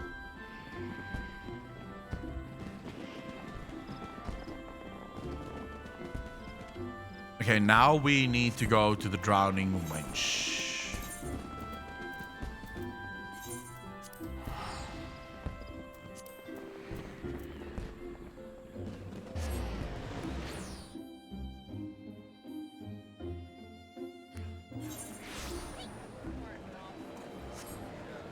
I think it's on the next level.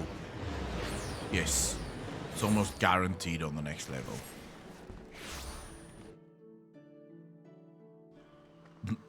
I don't know why that would happen.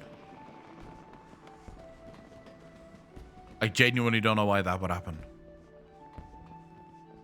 I have a password manager that sort of decides my username and password for me. So those should just... So there's 2 account websites. I created the same account on both, and that worked for me. Oh, you have to be... Yeah, there's an account website specifically for Final Fantasy, and then a Squeenix account website. And I think I had a Squeenix account, but I never made a Final Fantasy account. And so the Squeenix account wouldn't work. I had to make a Final Fantasy account for it to work.